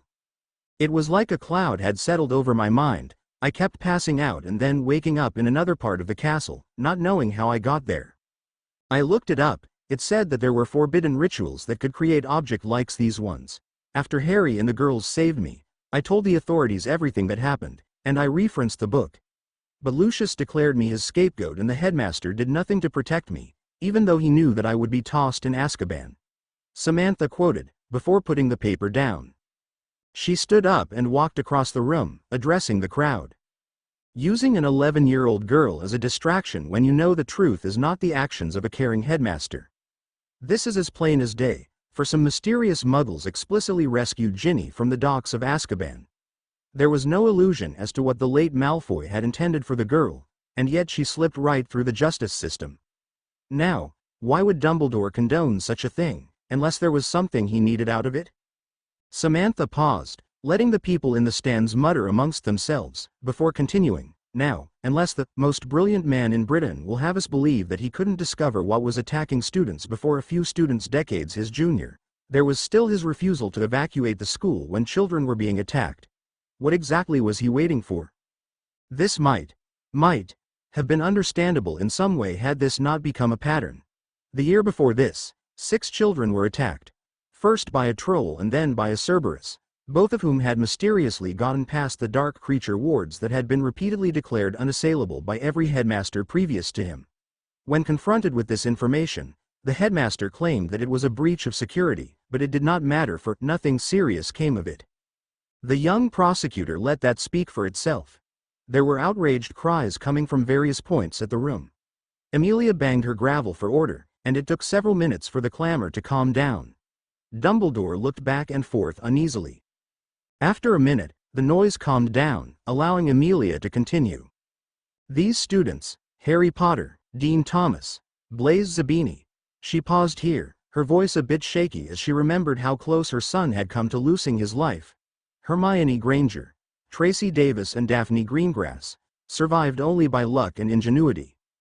Incidentally, Tracy Davis had also been the victim of an earlier attack, nearly plummeting to her death due to an unstable and ancient broom. The headmaster had the connections and the clout to call in a favor and have the brooms replaced. He didn't, and this negligence nearly killed an 11-year-old girl. Samantha turned on her heel and paused in her pacing. Her voice was carrying and passionate, and then there was the Chamber of Secrets. Aside from not evacuating, there is credible evidence that Dumbledore knew exactly what had gone on inside the Chamber of Secrets when Potter, Astoria Greengrass and Davis went to rescue Ginny Weasley and Daphne Greengrass. This entailed the 3 children, having barely begun their schooling, facing down a monster of ancient legend that has killed most adult wizards who have ever faced one. Once again, it's through canny luck and strategy that they were able to slay the monster, but once again it almost cost one of them, Harry Potter, his life. At only this point did the great Albus Dumbledore deign to intervene, sending his phoenix to save the boy who lived and bring all the children to the infirmary. Dumbledore then proceeded to deny just about everything involved with the chamber. Had Harry Potter not gone public with what actually happened in the chamber, the identity of the true heir of Slytherin never would have been revealed, and an innocent girl would have been trapped in a living hell for her entire life. Samantha paused when another racket went up. Amelia started banging her gavel again, and finally shouted, "Aurors, send some of your men among the guests. There will be order at this trial, or I will have the court cleared." Aurors in official robes weaved among the people in the stands, saying things. There was a clamor for a little longer, but it hushed again, more quickly this time. Rita was eagerly whispering to her self-dictating quill. Harry watched the entire scene with a serious, blank face. Amelia turned her head to the prosecution. "Thank you. Zabini, you may continue with your prosecution." Samantha dipped her head and began to speak again. "Now, this is gravely serious for one specific reason. The true identity of the heir of Slytherin is that of the darkest wizard to have roamed Britain in the last few centuries, who started a war that killed hundreds of innocents and left hundreds more trying to pick up the pieces of their broken lives. This man is Tom Riddle, known to the world as Lord Voldemort." There were some screams as she said the name aloud. One of the Aurors fired off a cannon blast with his wand, and a choking silence fell once again. Dumbledore shifted in his seat, clearly looking as though he didn't like where this was going, though he was powerless to stop it. As noted in the aftermath of Lucius Malfoy's trial, there were these anomalies called Horcruxes. There is a reality to this that is terrifying, but it is a possibility that cannot be ignored. Supposedly, a Horcrux is something you can use to retain your existence, even after you die. Now, many of us do not want to believe this is possible. And believe me, this is understandable. This country and the outlying ones were torn apart by the First War, and we've struggled to pick up the pieces. But if there's even a chance that another war can occur, that the man who caused all this could somehow return, we must be able to cut it out at the roots or face a catastrophe worse than the one that preceded it. I understand that many will not be comfortable with this, but there is one man who is most likely to know the truth about the Horcruxes. Samantha took a deep breath. I call Sirius Black up for questioning under Veritaserum. Back with Harry, Dean beeped in a sharp breath. Blaise craned his neck to see what was happening. The entire room fell silent as they watched the doors swing open. Harry stood up in his seat and watched as the man walked into the room. Sirius Black looked terrible. He had been given a haircut and clean clothes, but there were rings under his eyes, he was emancipated and drained, and there was a look of haunting and pain in his dark eyes. There was no trace of insanity or rage. He looked at Samantha and then at Dumbledore, and he didn't look very much like a Death Eater. He looked like he was heartbroken. Sirius turned his eyes out into the crowd, and Harry knew in his gut that he was looking for any sign of his godson. His heart pounded painfully. Let this work, he begged fate, God, anything that was listening. Let them find out what actually happened. Let him go free, please. Ginny and Astoria simultaneously touched his hands and squeezed them in support. Harry stared hard at Sirius. Even if they didn't quite see each other, he tried to get across his affection and support. He wasn't the only one having a hard time with this. Remus Lupin was sitting 2 rows behind Harry, having been keeping a discreet eye on the boy ever since he entered the courtroom. He had wanted to be close to his close friend's son. He would have raised him if given the opportunity. But he was a werewolf, and he hadn't even been allowed to see him. It was painful. But even that had nothing on seeing his best friend in chains, about to be interrogated as Voldemort's top Death Eater. But at least he would finally know why Sirius had sold out Lily and James to Voldemort. If nothing else, Remus needed to know why. Back in the courtroom, Samantha swallowed her conflicting emotions as she watched Amelia have Veritaserum administered to Sirius. She couldn't help but notice that Dumbledore was looking extremely alarmed, near panicky in fact. Absently she wondered why, though it was sort of overwhelmed by her current feelings for Sirius. Despite his crime, despite his condition, her heart was beating faster quite without her permission, and she had to force it down. She was in a courtroom. Her feelings had no measure. She had questions to ask. She cleared her throat and began reading from her sheet of paper. Are you Sirius Orion Black? Yes. Sirius said. His eyes looked normal, but the fact that he was under the truth serum was evident from his posture. Now for the hard part. What did your master tell you about the Horcruxes? What do you know about the Horcruxes? How many did he make? I can't tell you. Samantha's eyes narrowed. And why is that? At this, Sirius raised his dark eyes from the floor to meet hers, and there was anguish, rage and pain in them all at once. Because I was never a Death Eater. There were 3 painful seconds where a dead silence reigned. Then someone screamed, and the stands dissolved into anarchy. There were all kinds of shouting and screams and disbelieving cries.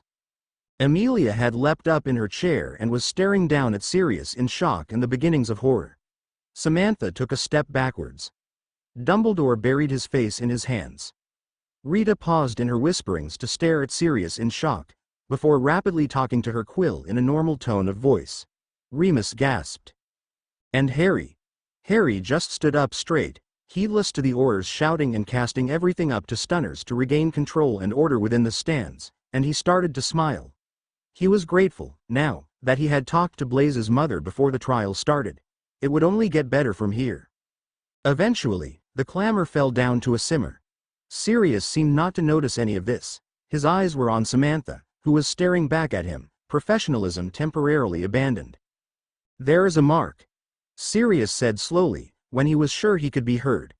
that Voldemort uses to identify his followers. It has been cast over houses where they did their work.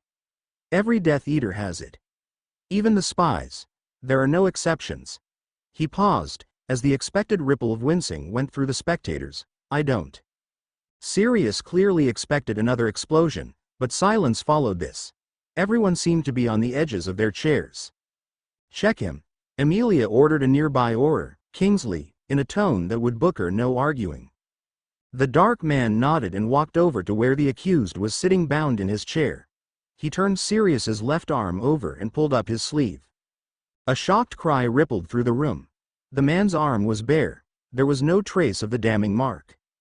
Samantha put a hand over her mouth for a second, her heart hammering.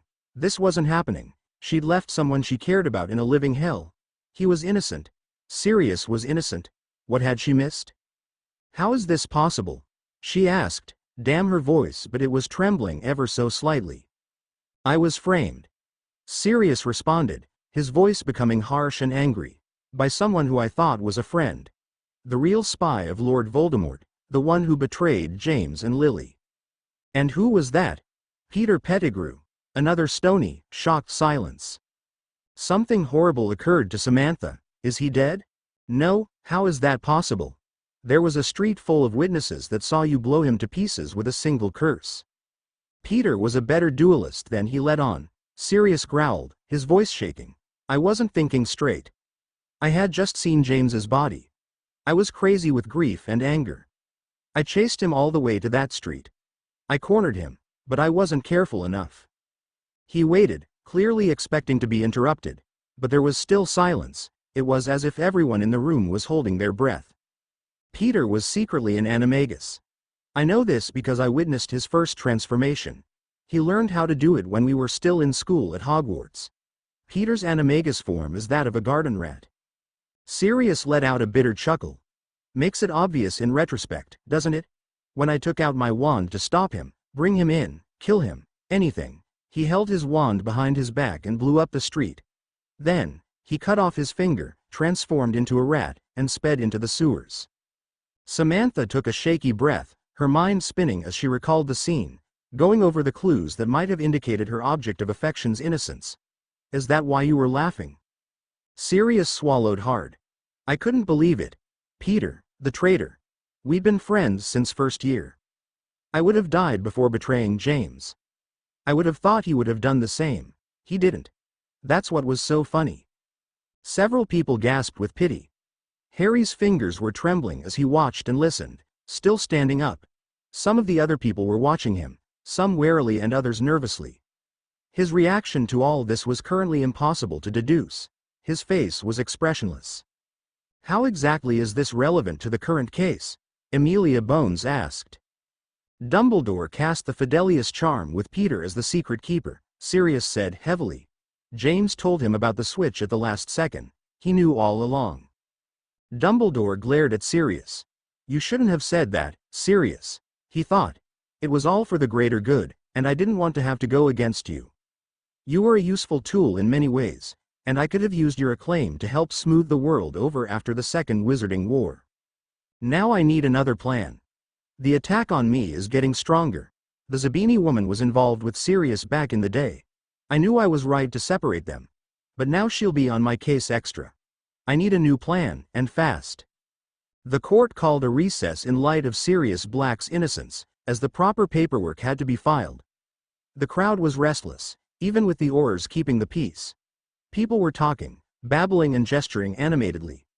Harry had taken to the roof of the building to get some peace, his girls and the two boys with him. I can't believe this, Dean said when they were alone. Sirius Black, innocent, this whole time. Merlin, how does that happen? This is the problem with the wizarding world having only one jail, that jail being Azkaban, Harry said dryly. There's no such thing as treatment or therapy for lesser offenses, and on the off chance that you made a mistake. Congratulations, you've been torturing an innocent man for the last 11 years. It's sick, Azkaban. No matter what the inmates did, exposes them to constant torture and practicing summary execution are not the answers, Harry said with a sigh. After a moment he said, I'm starting to think that the minute this mess is over I'm going to move to America or Switzerland or something. At least I can blend in there. Astoria let out her breath. I'm not going to argue with you on that one, Harry.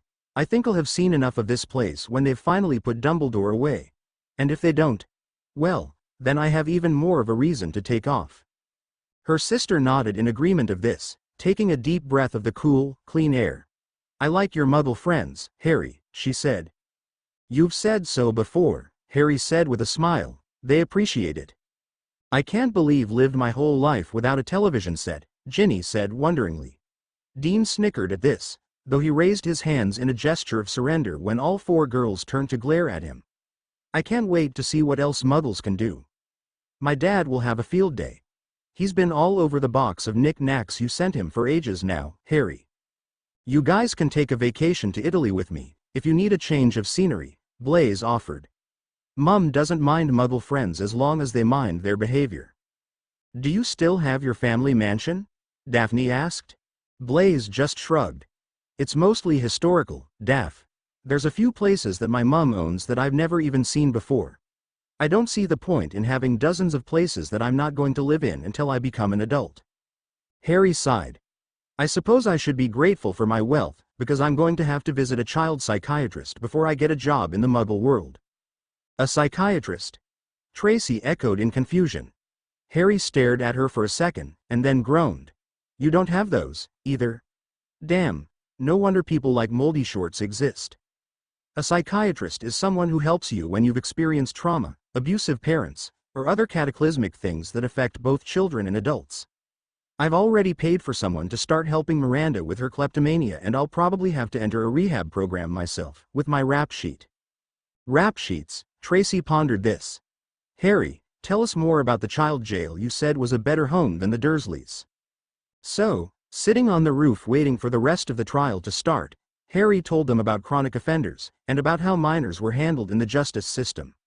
This conversation also delved into the Muggle adult system, as well as rehabilitation programs and the insanity exemption.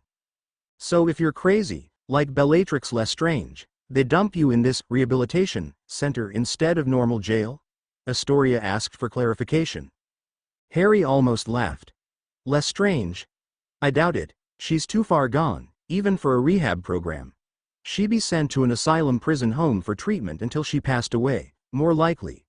You have to be less ****ed up than that if you're going to get released on bail. It's sad, but true. Ginny frowned. Then exactly how far along do you have to be before even a rehab can't help you? I'd say you'd have to be like Draco. When the Greengrass sisters stared at him, he chuckled and said, I know, it can seem hard to believe. But how long you live with your beliefs is directly proportionate to how possible it is to break you of them. Someone like Draco can be saved by a program, depending on how stubbornly they cling to what they're taught. It's called corruption of a minor. They catch you like that, and they have to work with you until you've dropped the view. Britain should have a system closer to the Muggle one, Dean said. This kind of stuff is much less likely to happen that way. You mean the Minister of Magic would have to admit that the Muggles are better at something than we are? Astoria asked, rolling her eyes. We'd better just move to Switzerland. And take Amelia Bones with us, Harry muttered. She's the only competent member of the Wizengot that I've seen so far. Ginny laughed. Take Amelia Bones? Then the Wizengot really won't be able to function enough to make a whit of difference in anything. The kids all gave sarcastic laughs to this. I can just imagine what Carrie would have to say about that, Harry deadpanned. And it involves a lot of language that would get her in trouble with your mother, Ginny. I heard her going off at Pierce for a prank he pulled yesterday, Dean said. Damn Harry, your sister's pretty but she's got a filthy mouth. Harry arched an eyebrow. You think my sister's pretty? Dean's cheeks flushed. I saw her twice, and, yeah, she's pretty, and she's intimidating as all hell. Totally out of my league. It's part of what makes her attractive. Daphne covered an unladylike snicker with a cough. So the girls want bad boys goes both ways, huh, Dean? Harry asked teasingly. The football fan blushed harder and said, I'm not answering that. The group laughed some more, before Ginny became somber. You ready to testify, Harry?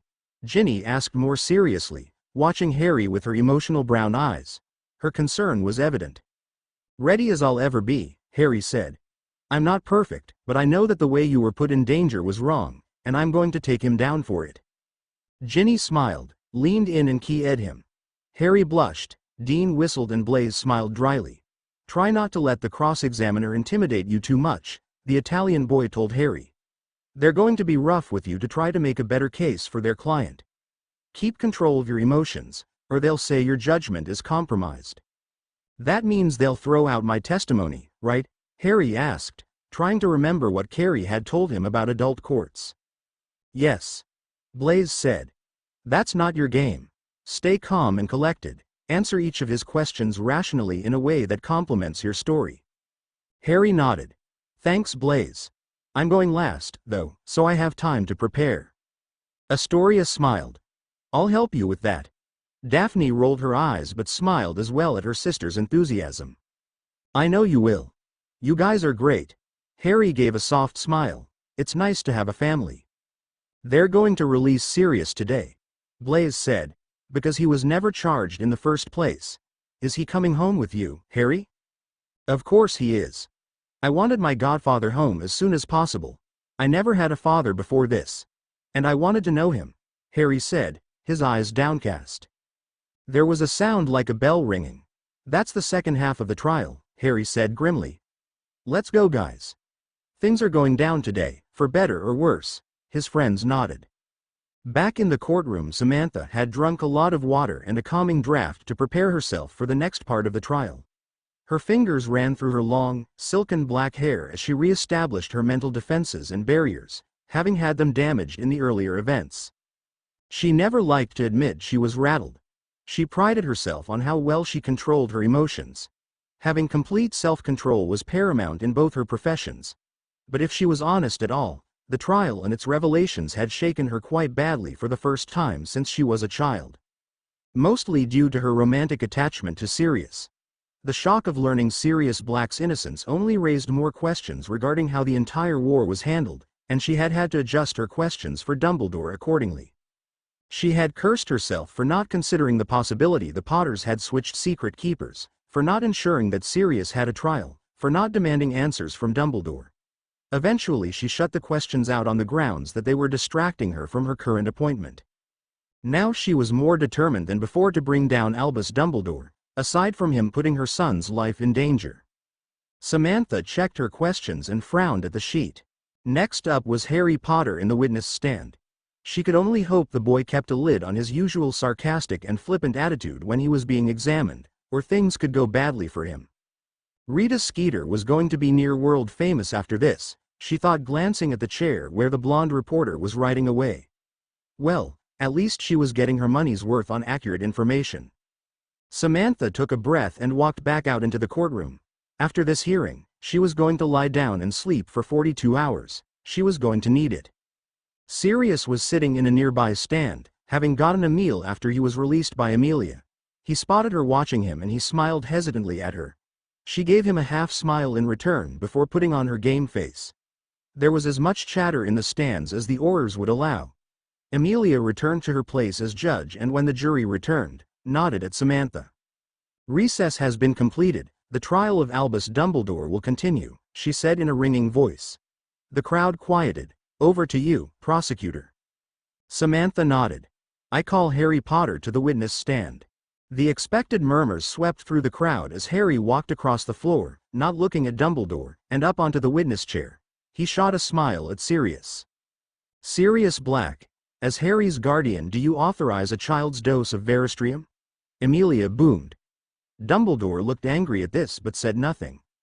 "I do," Sirius said. His voice was still scratchy but he sounded better than he had before. Harry frowned at the glass he was given but drank it without complaint. Samantha exhaled. "Good boy. Please continue like that. Are you Harry James Potter?" "Yes, ma'am." "What is your relationship with the accused?" "I was a student at Hogwarts for the 2 years where he was headmaster. I will be returning there for my 3rd year. Other than that, nothing," Harry said. Dumbledore's eyes narrowed at this. He had tried to draw the boy closer to him through the trials and tasks he had set up, but the boy's nature had turned almost all his plans against him. Those Muggle lawbreakers must have schooled this into him. If only he had made sure Harry hadn't interacted with them. "Describe the life you lead with the family Dumbledore left you with." People seemed to lean in. Harry let out a sigh and said, "Well, I never knew anything about my parents. I hadn't even seen a photo of them until the gamekeeper Hagrid gave me an album. My aunt told me that they were drunks who died in a car crash. I slept in a cupboard under the stairwell, and I was a punching bag for my cousin. Whenever he did something wrong, I got blamed and punished for it. Petunia threw a cast iron frying pan at my head twice. He tapped a scar just above his eye. Vernon would beat me up. Dudley had a game he called Harry Hunting. He and a group of his friends would chase me and beat me up if they caught me. They rarely fed me, and when they did it was usually with scraps. Never a balanced meal. I had no friends. I almost never went to the hospital. I was always lonely and scared, and I still don't understand exactly why they hated me so much." He stopped, and there was a roar of outrage in the crowd. Samantha waited for it to simmer again before asking her next question. "Were there ever any changes in their behavior?" "Only after I got imprisoned for shoving Dudley off the roof to protect myself, and the Muggle authorities moved me to a child's detention center," Harry responded. "The officer who brought me in was suspicious of my situation and threatened my uncle with surprise visits to monitor my behavior. He was forced to curb his treatment of me, but he by no means stopped it." Samantha watched Harry curiously. "Can you elaborate on youth detention center, and how many times were you placed there?" "Juvenile detention is a place where Muggles place children up to age 17 who run afoul with the law," Harry explained. "They're not as severe as adult prisons, and they work to rehabilitate young offenders, but they keep them from hurting other people, and serious offenders may be transported to adult centers if they don't clean up their act." He paused thoughtfully and then said, "Honestly, I can't keep track of the number of times I got myself arrested. I'd say I spent most of my years there until I turned 11. Another sweeping murmur, while Sirius looked like he was about to explode when he heard this. Amelia looked thoughtful, considering the possible upsides to establishing a wizarding youth detention. Samantha nodded and continued her questioning. "You were a key figure in both the Troll, Cerberus attack and later with the Chamber of Secrets incidents. Can you tell us about the first one and then the second?" "They were leading the students out of the Great Hall when I realized one of my classmates was missing and didn't know about the attack," Harry said. "Hermione Granger. She was in the bathrooms when the attack started and I didn't know if she had heard the warning. I meant to quickly and warn her only to find the troll practically on top of her. Luckily for me, Tracy and Daphne had come with me and Daphne knew some offensive spells. We got the attention of the troll and took it up the stairwell. Tracy and Hermione joined me with Dean Thomas and Blaise Zabini. But when we neared the third floor, a Cerberus lunged out of the shadows and killed the troll. It then turned its attention to us. We just barely managed to outrun it and take sanctuary in the armory. Dumbledore had said at the beginning of the year that the third corridor was out of bounds to anyone who didn't want to die an extremely painful death." Samantha bit her lip. She didn't like how emotionally invested she was in this trial. It usually took much more than a few words to make her angry. "So Dumbledore was keeping the Cerberus inside the school?" "A starving Cerberus," Harry confirmed. "And the chamber incident?" Samantha continued. "I saw Ginny writing in the diary a few times, but I didn't know what it was," Harry said. "We weren't in the same house, after all. I watched while kids kept getting petrified, and it took me a while to figure out exactly what was going on. Literally 4 hours after discovering Hogwarts was housing a basilisk, Daphne and Ginny were kidnapped. Myself, Tracy and Astoria entered the chamber when I heard they were sending Lockhart in to look for them, and when he didn't, we had to save them ourselves, because no one else would." Harry paused meaningfully.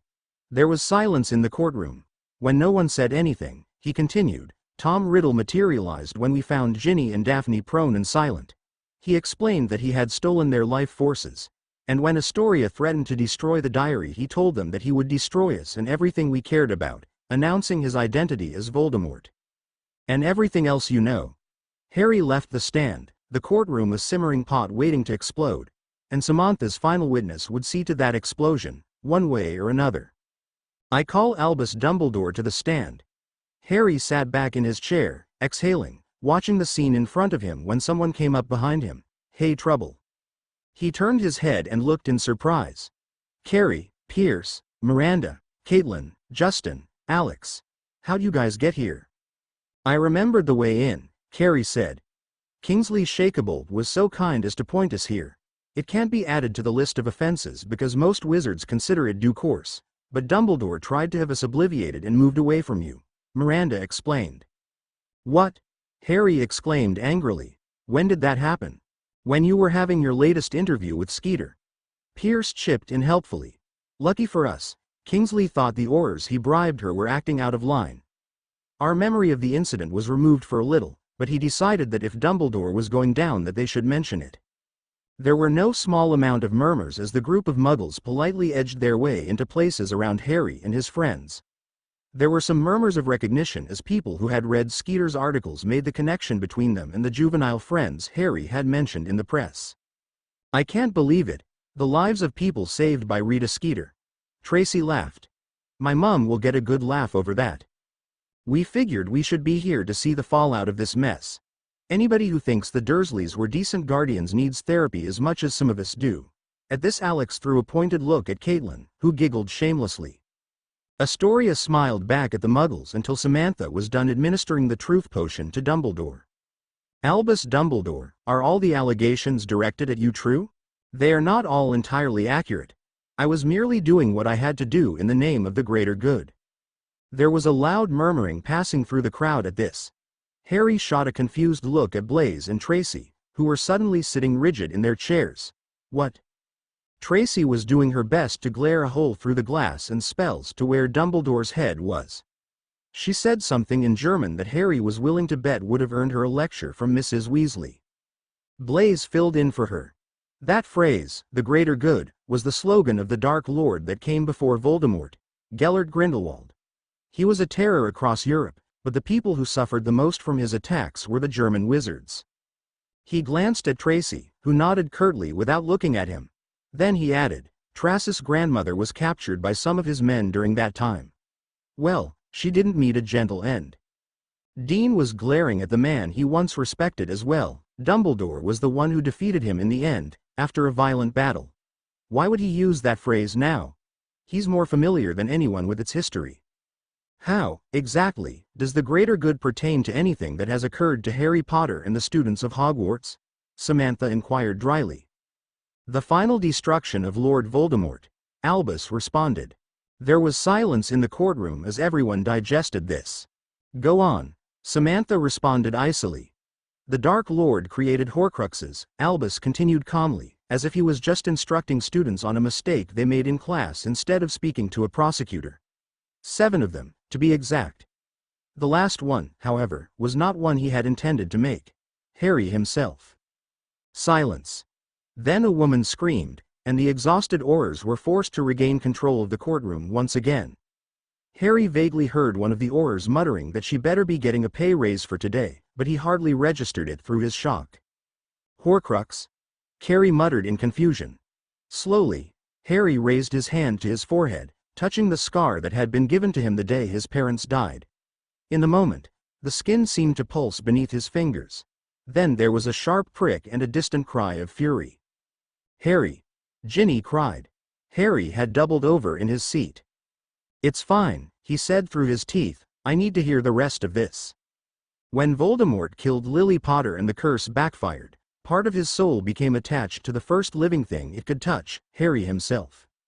Wait, Samantha interrupted, you said earlier that Harry was given protection by his mother. Part of this protection was what you used to raise the blood wards. This could apparently burn Voldemort's body beyond repair, and yet doesn't protect him from a piece of his soul.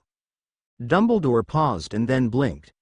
Laughter rang through the hallway, causing his ears to turn a little red. Ah. Nevertheless, there is no way to destroy Horcruxes without hurting Harry. And there was no way to destroy Voldemort without his final Horcrux gone. The only way he will be destroyed is that he must kill Harry. Tonks would later be found talking to the female Auror, Hestia Jones. Harry would learn her name was. About how they were going to ask Amelia for compensation for how trying and ultimately traumatizing controlling the crowds were. Hestia had ended up covered in food from some of the upturned dinner trays that people had thrown around, and the pretty woman appreciated that even less than getting hexed several times. Harry had simply sat still while the chaos erupted around him. His muggle friends were shouting while Ginny and Astoria had death grips on his hands. Daphne and Tracy had formed a protective ring around him to stop anything from happening. He simply had to be ready. Dumbledore went on when he could finally be heard again. His aunt and uncle's house was the safest place he could live, and he would not grow up indulged and spoiled like he may have if raised by a wizard. When he came to Hogwarts, I would guide him through his tasks until his final job was done. Harry expected more noise. He really did. But there was simply a silence, a long, crushing silence where everyone was glaring at Dumbledore. "Madam Bones?" Samantha asked simply. "May we adjust the record?" "Yes, of course," Amelia said coldly. "Add to the list of charges, conspiracy to murder a minor," Samantha said. "What is the word of the jury?" "Guilty." Many voices boomed at once, trying to be heard over each other. "Take him away," Amelia said simply. Harry felt a hand on his shoulder. Thinking it was Carrie, he tried to shrug it off. And then a warm sensation took hold, driving away the nausea that had threatened to overwhelm him a second ago. He looked over his shoulder to see Carol Winchester standing behind him, her ethereal eyes burning gold with intensity. "I can save you," she said simply. Potter Manor. It was a very chaotic room, considering how quiet and cold it was. Sirius, Andromeda, Remus, Tonks and Samantha had all followed Harry and Carol back to the manor. Andromeda kept asking who Carol was. Sirius kept demanding to know what the hell was going on. Remus looked remorseful, angry, and confused all at once. Samantha and Tonks were both looking tired, cranky, angry and just frustrated. The kids were the other problem. Harry's girls had wanted to sit with him, but Carol had gently explained that she needed to be alone. Both Ginny and Astoria were sitting in front of the door, trying to set it on fire through sheer anger and worry. Daphne was pacing. Tracy occasionally summoned boxes that she promptly obliterated with a blasting curse. Dean and Blaze were sitting awkwardly to the side, watching the spectacle with an equal measure of worry and nervousness. Harry's Muggle friends were doing little better. Carrie was pacing and cursing everyone above the age of 30 under her breath. Pierce was fidgeting with his coat. Miranda was picking up various objects and crying with worry intermediately. Caitlin was playing with her lighter and staring at the very much wooden floor.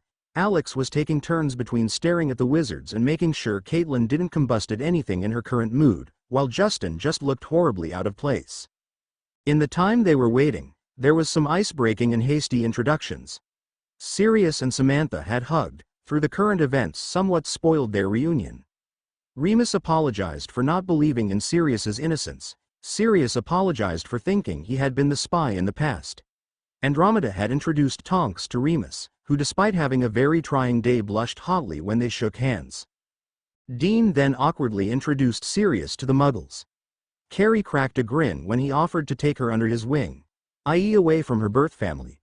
Pierce and Miranda asked Remus questions about werewolves to try and pass the time. Caitlin just asked about anti-fire charms. It would have been an interesting conversation, had the talkers not been distracted. Finally Samantha exploded. "Damn that old bastard. This should have happened years ago." She jerked a thumb towards the room. Carrie stopped her pacing and looked at the older woman. "Wait, what? What do you mean, should have happened years ago?" Samantha glanced among the Muggles and said, "The Winchesters are a quiet family surrounded by myth and suspicion. Charles Potter approached the family after saving their youngest child during the war on Voldemort. They have a family power. Healing magic comes to them as naturally as breathing." "That's amazing," Tonks said. "It comes with a price," Samantha responded seriously. "If Carol succeeds in what she intends to do, remove the Horcrux and burn it to cinders without any incidents, both she and Harry will be in a magical coma." "For how long?" Sirius asked tensely. 3 months, again, if nothing goes wrong," Samantha responded. "And if something does go wrong?" Astoria asked, her voice hard. "Then Carol will likely die, and Harry potentially fused or taken over by the Horcrux," Samantha responded tersely. "It's his only option, and it's not an entirely safe one, but Horcruxes being what they are, you have to take a chance. Unless you'd rather we just went with Dumbledore's route." A shiver went through the room. "He'll be okay," Ginny murmured. "He's got to be." Harry and Carol. Harry was standing in the confines of his mind. He knew this. It was a ruined city. It had clearly been first bombed and then burned, and there was very little left standing. There were light footsteps on the ground, and Harry turned to see Carol walking towards him. She was wearing a flower-painted dress. "Harry," she said softly. "I found it." Harry didn't have to ask what it was. His forehead had felt like someone was trying to split his skull with an axe when Carol had touched his scar. That was it. The last Horcrux. The one inside him, the last remnant of the man who had killed his parents. "Can we get rid of it? I can give you the strength. But in the end, you will be the one to destroy him. Like the prophecy said?" Carol asked. Harry was too tired to ask what prophecy Carol was referring to. He just nodded and followed her down the twisting, broken streets. Eventually, they reached Little Whining. In the middle of the street right in front of the entrance to Privet Drive was a black shadow. The shadow's shape was humanoid, but there its resemblance to a human being ended. It was scarred hideously and covered in dried blood. It was missing an eye and a few fingers. One leg was bent at an unnatural angle, and a long mane of matted, tangled, straggly parody of hair fell down to its ankles. It saw Harry, and snarled in a strangled voice like breaking glass. Harry glanced at Carol and saw her expression. "You pity him?" "To an extent." Carol said. "Look at that. That isn't arrogance. That's desperation. I wonder why he ever felt the need to make these things." She gestured to the shade, which snarled again. Harry sighed. He had thought about that, occasionally. He knew that some criminals started out like him, and then walked further down the path until they could never come back. He was grateful for his friends. Without them, he might have gone down that road too. "We can't turn things back now," he said simply, "but we can end the pain and suffering, right now." Carol nodded and raised her hands. She opened her mouth, and a long, beautiful note of music rang from it. The Horcrux screamed in pain and tried to lunge for her, but it was caught in a golden web.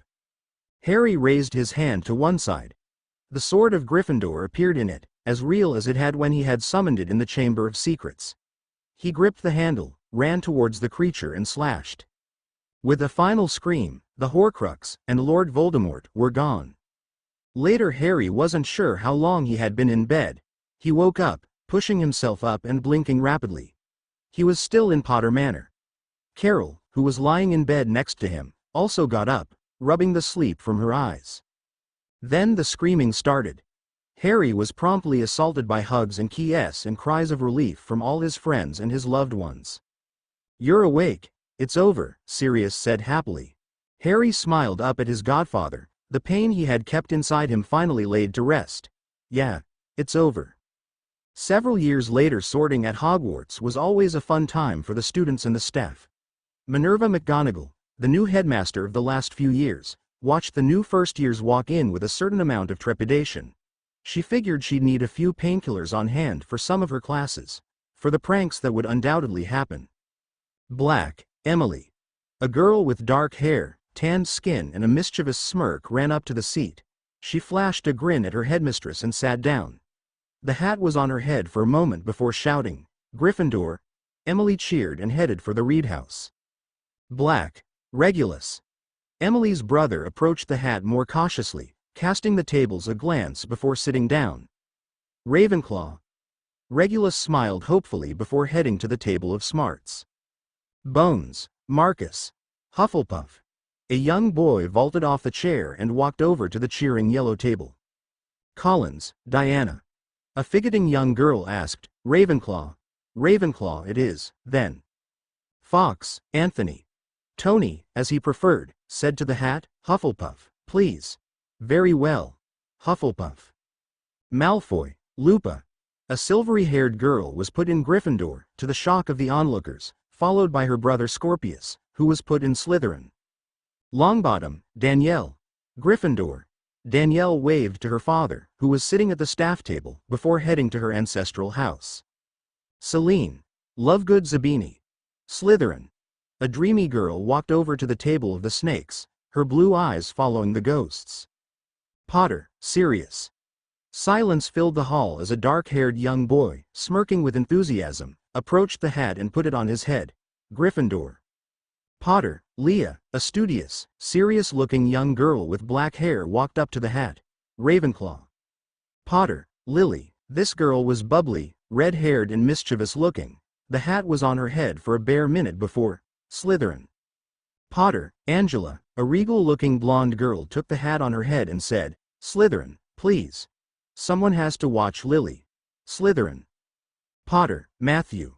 Gryffindor. Potter, James. Hufflepuff. James looked laughably mortified when he heard this, but the enthusiastic cheering he got at the Hufflepuff table convinced him to go forward. Potter, Winchester, Jace. Gryffindor, and so started the next school year. They proved to be interesting ones, though they would not have a Dark Lord hanging over them. Right?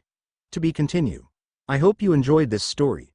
Also remember to subscribe and like this video. See you in the next video.